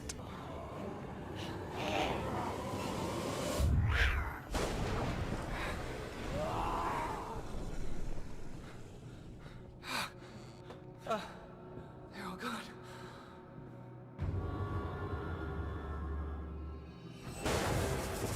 The power's going through me.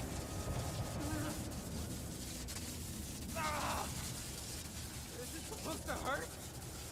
It appears that the metals were not enough to fully complete the ritual. Listen carefully and heed my words. The knife can only be used for protection and to seize the spirit. Do not use it with harmful intent, or the occult will consume your soul. The ritual, it took all my strength. I will not be able to aid you anymore. When all is complete, we finally get the enhanced knife, and the novice is gone. What happens next? Well, big fucking surprise, we go follow Jane into the woods, or what appears to be the illusion of Jane, like a big dumbass. Come back to me, please.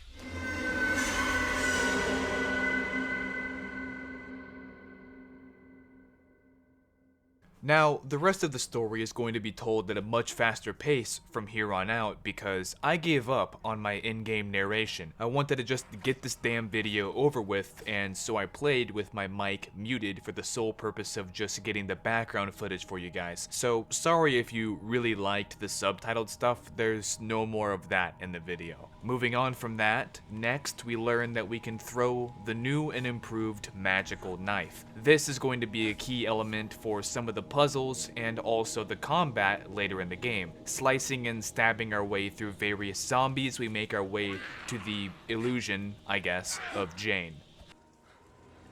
Jane? Jane!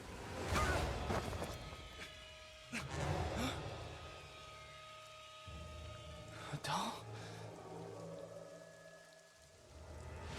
Got you.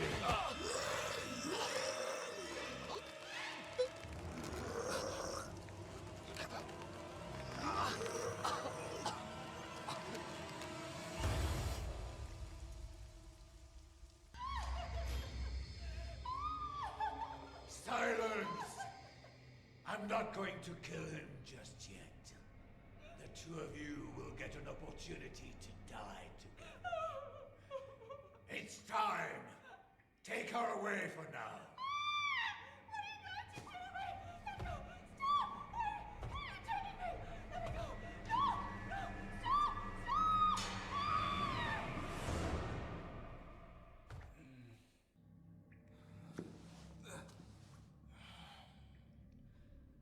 Where the hell am I now? I have to get out of here. So it seems that the shaman guy, Chai, has the real Jane captive, but he has some secret plans for the two of us, which is why he's decided not to kill us yet. So we now have to escape from wherever the fuck this guy took us, starting with using the knife on this rock wall to the side. These rock formations thrown about with red twine are usually breakable if you slice it enough times, which is a recurring feature later on as well. In the next room, there's a diary note from Jane. I've lost track of how long I've had to put up with this place. I can't die, even if I want to. I can't even sleep because it hurts. I keep hearing this voice in my head saying today is not the day you die. But I know why I'm trapped in this hellish place. Tim is still ignoring me. I have nothing to live for. Yet I still can't even die. I want things to go back to how they used to be. The old happy days. Basically, Jane's been having a real hard time locked up in that cell. I mean, who wouldn't? But shortly after reading that, we get another little cutscene.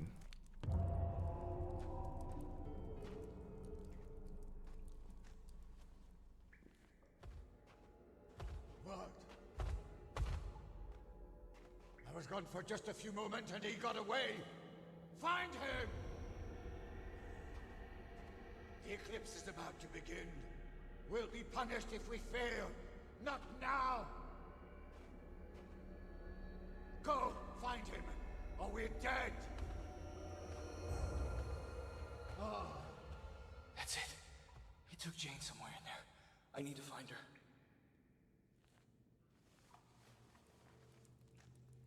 Progressing further through this cave system, or mine shaft, I don't really know what the true purpose of the structure was, but it looks abandoned. We find this glowing chain. You need to cut this with a knife in order to continue. Up ahead, we gotta work our way through a bunch of more zombies, and in this situation, we're just now getting used to using the dagger throw, which has a stagger ability, combining that with the nail of Sinkawa Norn. This lever on the wall opens up the next door, and in that area, you'll need to use the knife on this rock wall just like before. When you enter the next room, which is a large open area, the heavy stone door closes behind you. Now, this area has a puzzle that's a bit complicated to explain. There's various layers of opening the right doors via pedestals or levers on the wall, and using the same mechanics to lower blocks held by chains to the ground, which you can throw the knife at to cut the chains, so that the block stays weighing down a pedestal. Using these mechanics, you go through a series of rather monotonous tasks to gather pieces of this symbol. I do like puzzles, but I think the puzzles in the first game were a whole lot better. The first game had a layer of cleverness that this one lacks, whereas the sequel substitutes clever and creative problems for monotonous and tedious ones. Puzzles like these, which are basically just time-consuming and completely unnecessary Indiana Jones-ass illogical bullshit, end up being like filler for the game. There is nothing important happening in this part of the game, and not for a long time. This underground structure that Chai brought us to is aesthetically cool, and I do actually like some of the Indiana Jones style dungeon themes. It just doesn't feel like it should be in this game though, if that makes sense. This entire section of the game, which lasts a long time since you spend so much of it solving bullshit problems like these, felt like it was meant for a different game altogether for me. When you get both pieces of this symbol, return back to the center of that room, and once you place them on the center pillar, you can progress forward. In the next area, the game introduces spike traps and makes you do even more puzzles. And by puzzles, I mean figure out where certain chains are that need to be cut so that after enough of them, the next door opens. There's a whole lot of that I'm skimming over because it's not important. It's dope for a dungeon crawler theme, but isn't integral to the story. Or at least,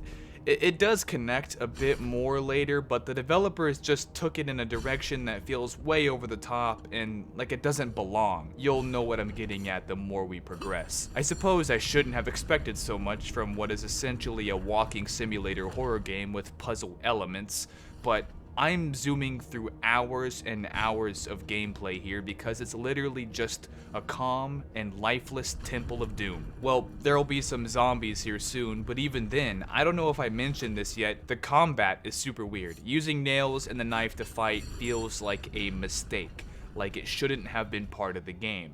Fighting minions that I don't care about isn't much of a direct threat. They are secondary to anything like the Crashu or Chai. I mean, in the first game, we were chased by the possessed girl who was a real threat. I felt the tension and fear, and even with the Preta, who really worked like a spotlight gimmick, still worked better than the spotlight gimmick of the Crashu. We do get to engage Chai later on, but these couple of hours in the game feel really dragged out and boring. It's not engaging, it's sure as hell not scary, and unfortunately, the first main threat was Ratri, who also wasn't that scary and was more just frustrating with a few elements of surprise that gave me a startle here and there. But that's different than genuine fear. The first game to me got a lot closer to that than this game did, and so it's no wonder that this game has so many bad reviews. Another one.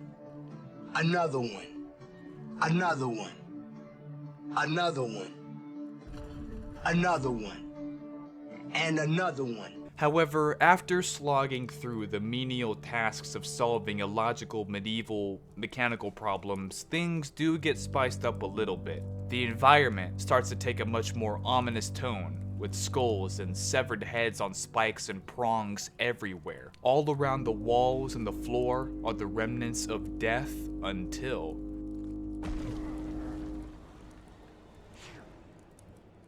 He must be here somewhere. Find him this instant. The blind executioner will act as the next Rotary. He is the main threat in these underground dungeons, the minion of the evil shaman, the barbaric brute who carries out Chai's physical, dirty work. In this area, there are indents in some parts of the walls where you can hide as he walks past.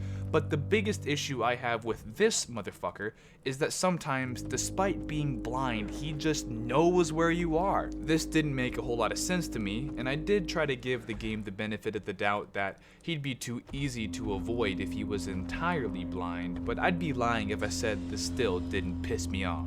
Also, you can't do anything to stagger the executioner.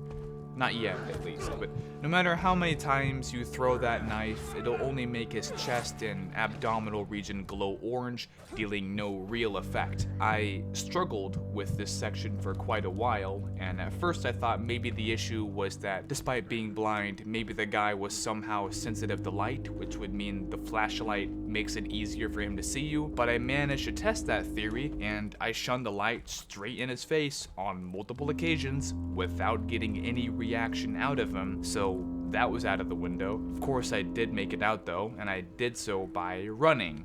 Well, I slowly crept my way through this maze, hiding in the indents when necessary, but once the executioner saw me and was angry, I just decided to fucking sprint for it, and I made it. This next area has two different layers, a top layer and a bottom layer. In my gameplay here, I went to the bottom first. In these godforsaken ruins, there's more skulls and severed heads decorating the walls like ornaments of mortality, and a bunch more zombies. While I was down here, after slaying many of the undead, I found this trinket called a benjapaki. I'm sure I'm pronouncing that wrong, but it's not too important because it turns out this thing was just a collectible.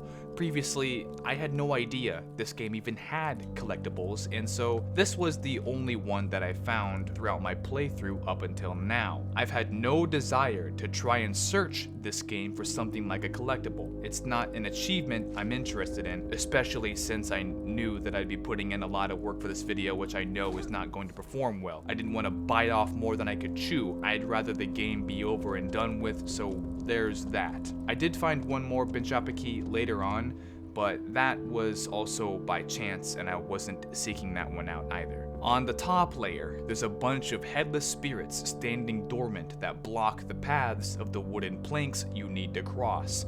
It seems kinda complicated at first, but it's really not. The part that stumped me at first was these two sentinels of the art of wasting my time. I didn't think you could make it by going between them. I was convinced they'd kill you, since if you got too close to the one that was walking into a wall over and over, that one would kill you. But alas, you have to go back between them, then around the edge and zigzag your way to the cave opening. The next area I thought was kinda cool because you have to navigate this maze-like interior while these spirits, who in theory will kill you if they touch you, are also walking around at an uncomfortable pace. It's similar to the scene where you get the oblation set and turn around to see a bunch of them meandering about, but those ones seem to have moved way slower than these. Anyway, once you make your way out of that, you can find this note over here which reads as follows. First day of the waning moon of the 4th lunar month. Last night someone snuck in, dug up a grave, and stole a body. I don't know what they hoped to steal, as that body had been there since the Ratanakosin era. There was nothing in the grave but bone dust. The history of the stolen body is unique, though. According to the records from the archive, the body once belonged to a blind executioner who executed prisoners sentenced to the death penalty. He was an honest man and served his duty fairly. He eventually had a disagreement with his master, however, and the master ordered his assassination. The executioner was covered in mystical tattoos that protected him. No weapon, not even a magic blade, could pierce his skin. Eventually he was killed when he was poisoned in his eye, a spot not protected by the tattoos. Staggered by the poison, he was finally overpowered and drowned by the assassins. Word of the executioner's death eventually reached the royal governor at the palace. The body was brought back to Wesley Temple, where the executioner received a funeral to honor his great service. He has been buried here ever since. So what I've gathered from this is that the blind executioner had actually died already, but since he's still stomping about like a bumbling bodybuilder, I can only assume that Chai brought him back from the dead, or at least is the puppeteer pulling the spiritual strings attached to the executioner's body. Though I doubt that, because when we first leave the prison cell, Chai commands the executioner to find us, so he's not some astral extension of Chai, he's a zombie possessed by Thai voodoo.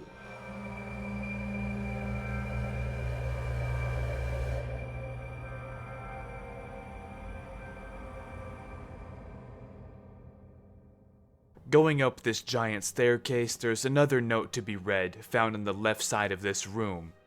I finally found it, a technique for holding all the required souls without disintegrating. A body with this special ability has to have belonged to a person who surrounded himself with death all his life, a murderer, a soldier, an executioner. The physical body that has seen the deaths of so many others will be this special vessel. Good. My spell to control all the dead will work.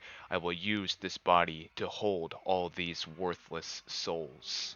So after reading that, I'm actually a little bit confused, but I think the writer, Chai, is insinuating that he needs the body of the executioner to be like a vessel for a multitude of souls, which he needs to perform a grand ritual and wreak havoc. After leaving that room, we need to continue up a few more flights of stairs until we reach this doorway where the floor caves in beneath us.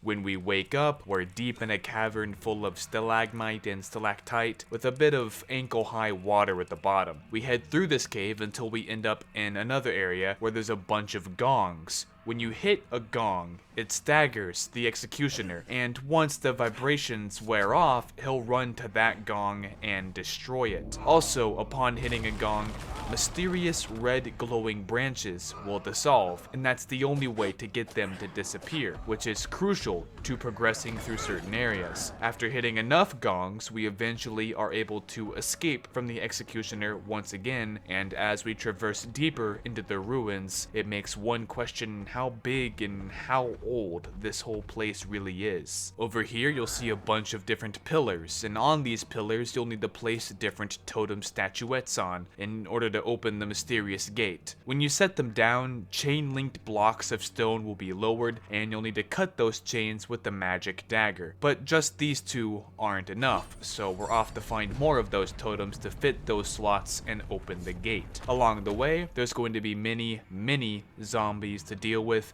as you solve mechanical temple problems here and there, like pulling levers in certain patterns or backtracking to open one thing so that you have access to something different that's further ahead. Nothing important or scary at all going on here, and it's not like the zombies provide any real scare. It doesn't come close to anything like playing Dying Light and running from the undead at night, no. Compared to that, this is rather pathetic in terms of fear and intensity. Oh, and I also got killed by these spike traps because I was a complete dumbass. I was mad when it happened, but that wasn't really the game's fault. That particular death was entirely me being me. The next totem that I found was beyond a bunch of these spike traps, which require you to flip some more levers and yada yada. A bunch of the same shit over and over again.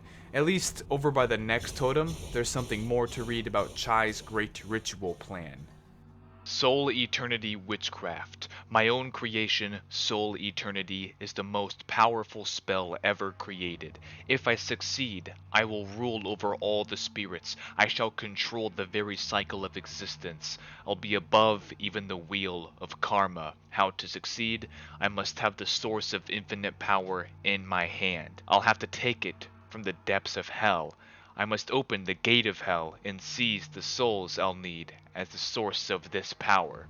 So, according to this scripture, if Chai manages to literally open the gates of hell, he can escape samsara and become an omnipotent being. He will achieve a state of power that is like corrupted nirvana and will have control over all spirits. That sounds badass. But I'd be one of the spirits under his control, and I'd rather not be the puppet of Stinky Chai. The next thing we need to do is solve this thing. Now, this is a puzzle that I ended up using brute force on because I couldn't find any clues or hints or indicators of anything that could help me figure out what this code is. It's basically an ancient lock combination. There's 3 symbols on the bottom, and I basically checked to see if each one would work. Then I'd remember how many times I cycled over to find the ones that did work. I even wrote them down to help keep track. I sped up this whole process, but this was way more than 20 minutes of cracking the code.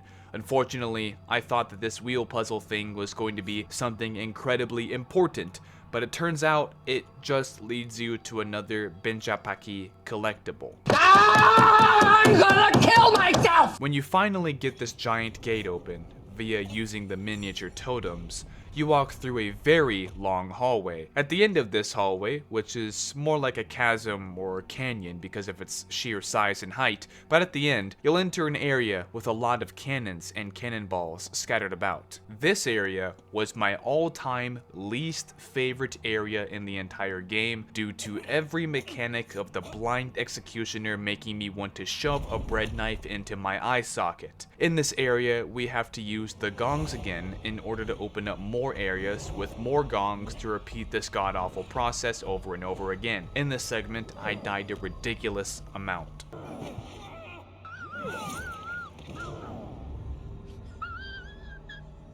I will say that the one and only cool part about this section is the initial message of the executioner's presence. Seeing the mangled corpse of those who trespass before you, following trails of blood to this hall, only to have another mangled corpse get literally thrown at you. That body splats against this stone wall, which makes you realize, oh shit, that looks like a cannon I could maybe operate. And that is the true objective here, to go through enough gongs that emit magic frequencies to wilt away hexed debris over and over until you get to the one that opens up this cannon.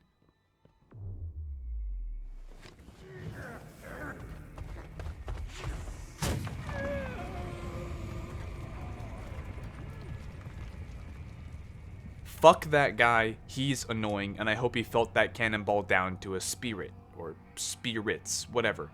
Unfortunately though, he isn't dead for good yet. He comes bursting out of this wall here and chases you while the tunnel is collapsing. At the end of this hall, or tunnel, or whatever you'd like to call it, the ceiling collapses behind you, trapping the executioner on the other side.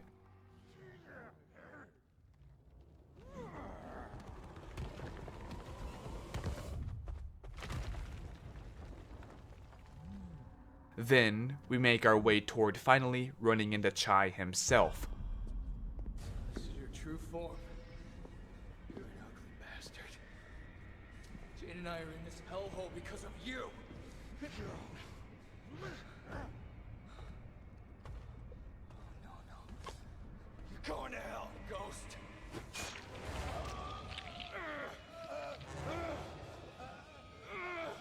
How does that feel?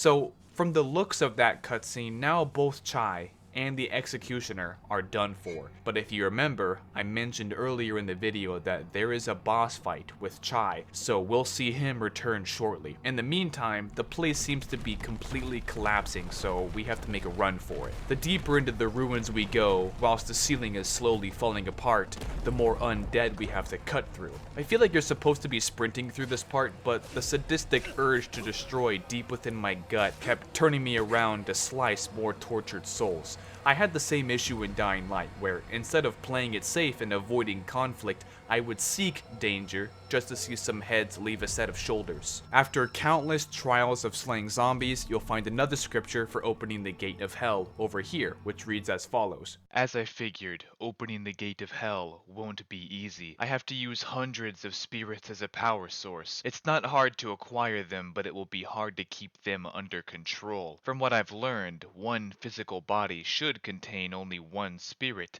Any more than that is unnatural. Once the physical body exceeds its limit, it will be overwhelmed and die. I need to find another way. So after that, I'm a little confused because it contradicts what was said before. I'd assume that the original plan was to be vessels of many spirits, similar to something like Blackheart and Ghost Rider becoming Legion, a container for a multitude of other souls. But I guess that's actually not the case then.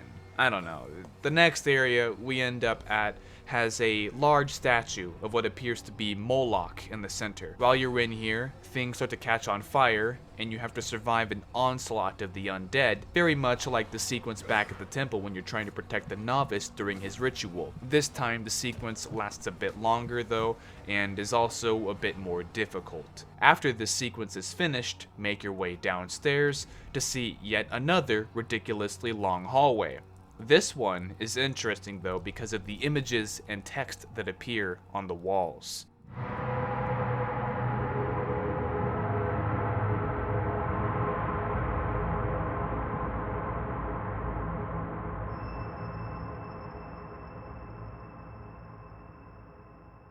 On the left here, the first message to read says, "Those who neglect the 5 precepts will be condemned to hell according to the sins they committed. They will be tortured to death, then resurrected to be tortured again and again. Those who neglect the first precept and commit murder will be tied up and covered with flaming metal. They will then be sliced into pieces by the blade of hell until they die." So the whole wall is covered in illustrations that depict the Buddhist punishment in hell for those who neglect the first precept. Pretty gruesome stuff. Going further, the next one is about the second precept. "Those who neglect the second precept and greedily commit theft or fraud will be tied up and thrashed with the whip of darkness. They will then be hammered with pins and ultimately sawed into pieces." Yep, no less gruesome than the first. How lovely. Let's continue. "Those who neglect the third precept and commit sexual misconduct will be forced to climb a thorn-covered tree. Hungry hell crows will peck at them as the sharp thorns pierce their skin. They will not be allowed down, as the guards of hell will use spears to force them to keep climbing the tree." This third punishment appears to be worse than the first two. At least it is to me. But as horrible as they are, they're incredibly fascinating. Remember, in Buddhist belief, in the cycle of rebirth, if you had enough bad karma that came back from neglecting some of these precepts, you would go to these hells, which are called narakas, but only for as long as it takes to burn off the bad karma. This is different than Christian belief, whereas if someone goes to hell, they would burn for eternity, with no second chance and no hope for redemption. So this tree of thorns thing wouldn't be eternal, but I'm pretty sure it could range from hundreds of years to thousands of years, which is also still a very long time. "Those who neglect the fourth precept and commit falsehoods by lying or swearing will be tied up before their tongues are pulled out by flaming pincers." This one is kind of cool because you'd be punished in a way that resembles the very sin or violation of precept that you would have enacted. And I say that these are cool, and I make masochistic jokes, but trust me, I wouldn't want my mouth parts to be perpetually ripped out with flaming pincers. At least not today. Maybe a different day, but not right now. I'm not feeling it. Those who neglect the 5th precept and commit intoxication will be tied up and have flaming acid forcefully poured down their throat, burning their organs until they die. This one, similar to the 4th, has a lot of resemblance to the very sin itself. This one hurts to think about, because like, have you ever been eating some liquidy food that's super hot, like soup or maybe hot coffee, and it burns the tip of your tongue so you'd only take a little sip? Well, have you made the mistake of taking a giant gulp of super hot liquid? Feeling the uncomfortable warmth and inner pain as it goes down your throat and into your stomach? Now, if you felt that, imagine something 100-fold. Flaming acid. That sounds like trying to ingest lava. No bueno. Maybe make sure that you're cold and dead inside throughout your life, and then eat a bunch of ice cubes right before death if you anticipate this punishment to balance things out.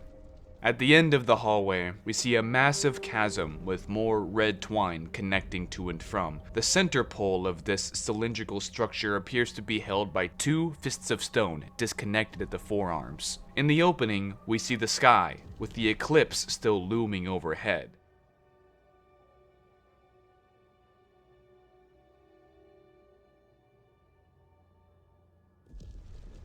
Right here, tied to this pole, is Ratri. I thought we'd already officially killed her, but perhaps that was the possessed version of her, or something like Chai's illusory puppet, and now the real Ratri is still alive right here. Presumably to play a part in Chai's grand ritual to open the gate of hell. Across the ledge, Jane is also tied up, so we gotta make our way to her without falling into this abyss. On the way over to Jane, there's another person tied up to a pole. This one is actually the main antagonist in the first game, which is pretty cool to see. Continuing on, we see yet another person tied up to one of these poles, and this one is supposed to be the Preta from the first game. The guy was in a motorcycle accident and his body was penetrated by 2 poles, one of which went through his eye, which is why the Preta only has 1 eye in the first game. And the last one is Jane.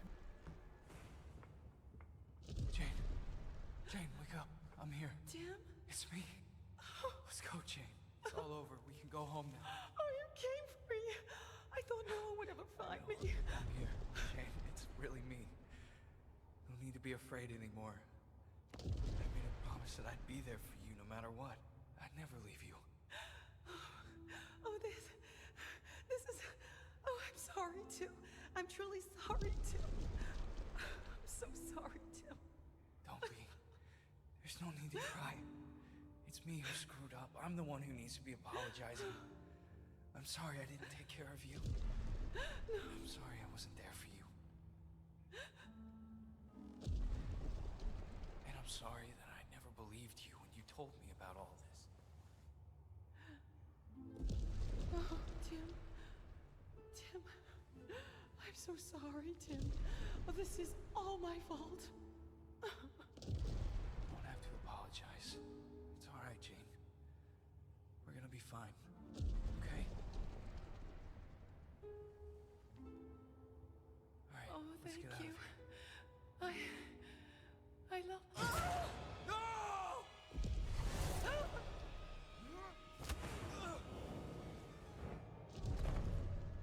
And now the boss fight with Chai begins. We're not given much time to process the fact that nearly all of the events leading up to now, including all of the first game, were basically all for nothing now that Chai killed Jane. Instead, we're just dropped right back into survival mode, facing off with the horribly disfigured master of the dark arts. The fight itself isn't too difficult, but it definitely takes a while to complete. Chai has a few moves like jumping high into the air and trying to land on top of you, shooting red floating skulls toward you, and a standard charging slice. In order to kill him, you'll be throwing the magic dagger at him during moments of vulnerability over and over and over, then using the special nails to deal real damage while he is staggered. Later in the fight, he gets even more dangerous with a move that sucks you in toward him like a black hole, and also a move where he summons more undead minions to attack you. If you run out of bolus, which are the medkits of the game, or if you run out of the special nails, you're able to throw the knife at these dangling cages above. Some of them have bolus, some have nails, some have nothing. But I found that if I didn't cut any of them down, I probably would have lost because I ran out of resources earlier than I was hoping.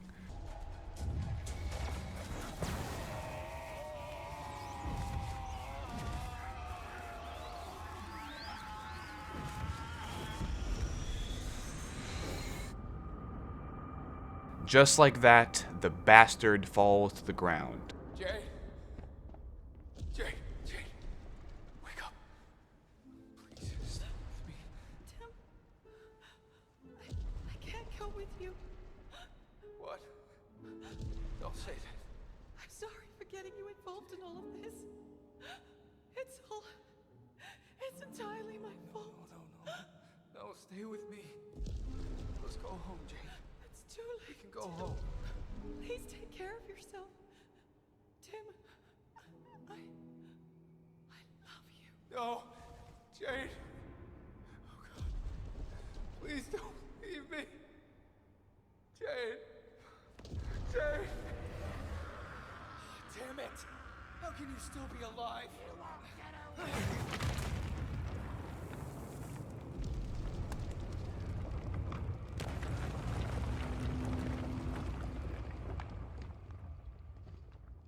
When we try to finally leave this place, Chai comes back for us as a floating head, which reminded me a lot of The Wizard of Oz.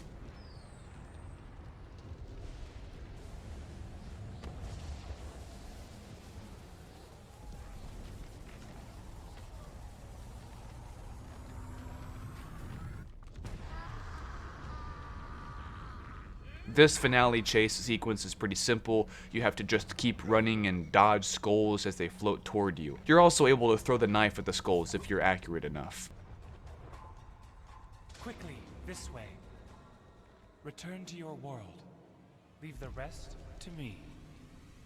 So the monk novice gave us one last helping hand, and somehow we made it back to the real world. However, there's nothing left here for us now that Jane is dead.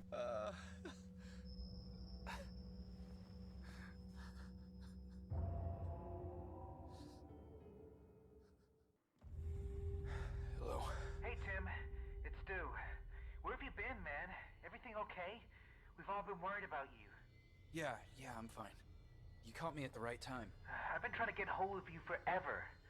Thank God you finally answered. Have you heard anything about Jane? Do you want me to come over so we can talk? Yeah, come on over. I really want to talk to you.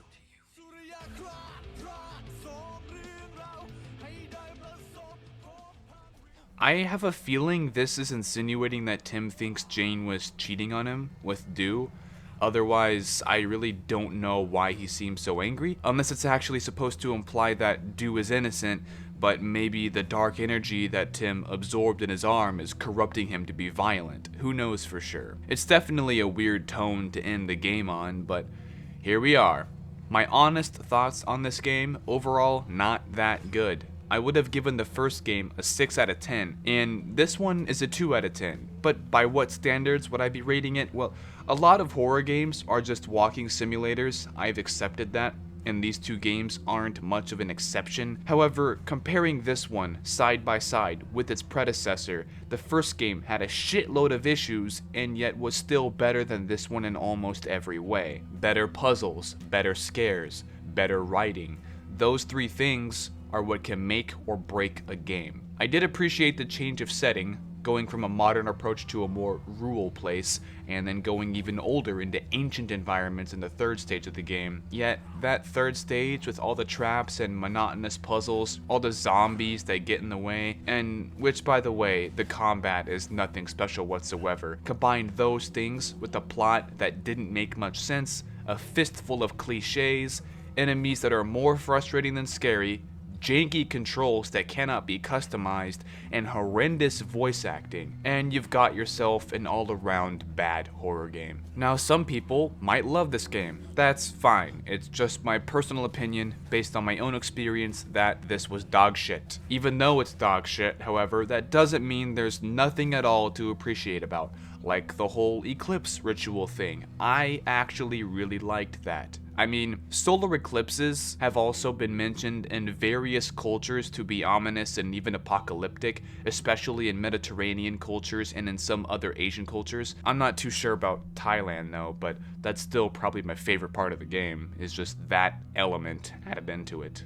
Despite not even really enjoying myself a whole lot in this game, I still obviously went through the trouble of making this video because I am insane. I covered the first one, and honestly, I just felt like I had to cover the second one despite how unpopular this is. Now, moving forward, I am working on a very special video for the game Signalis, which I did enjoy quite a bit. So that video will be less annoying complaints from me, which for some of you might be a game changer. I also have some new music I've been working on that should be releasing relatively soon, and much more content that'll keep a surprise for now. To the 4 of you who lasted this long, thank you for your time, and I'll see you in the next one.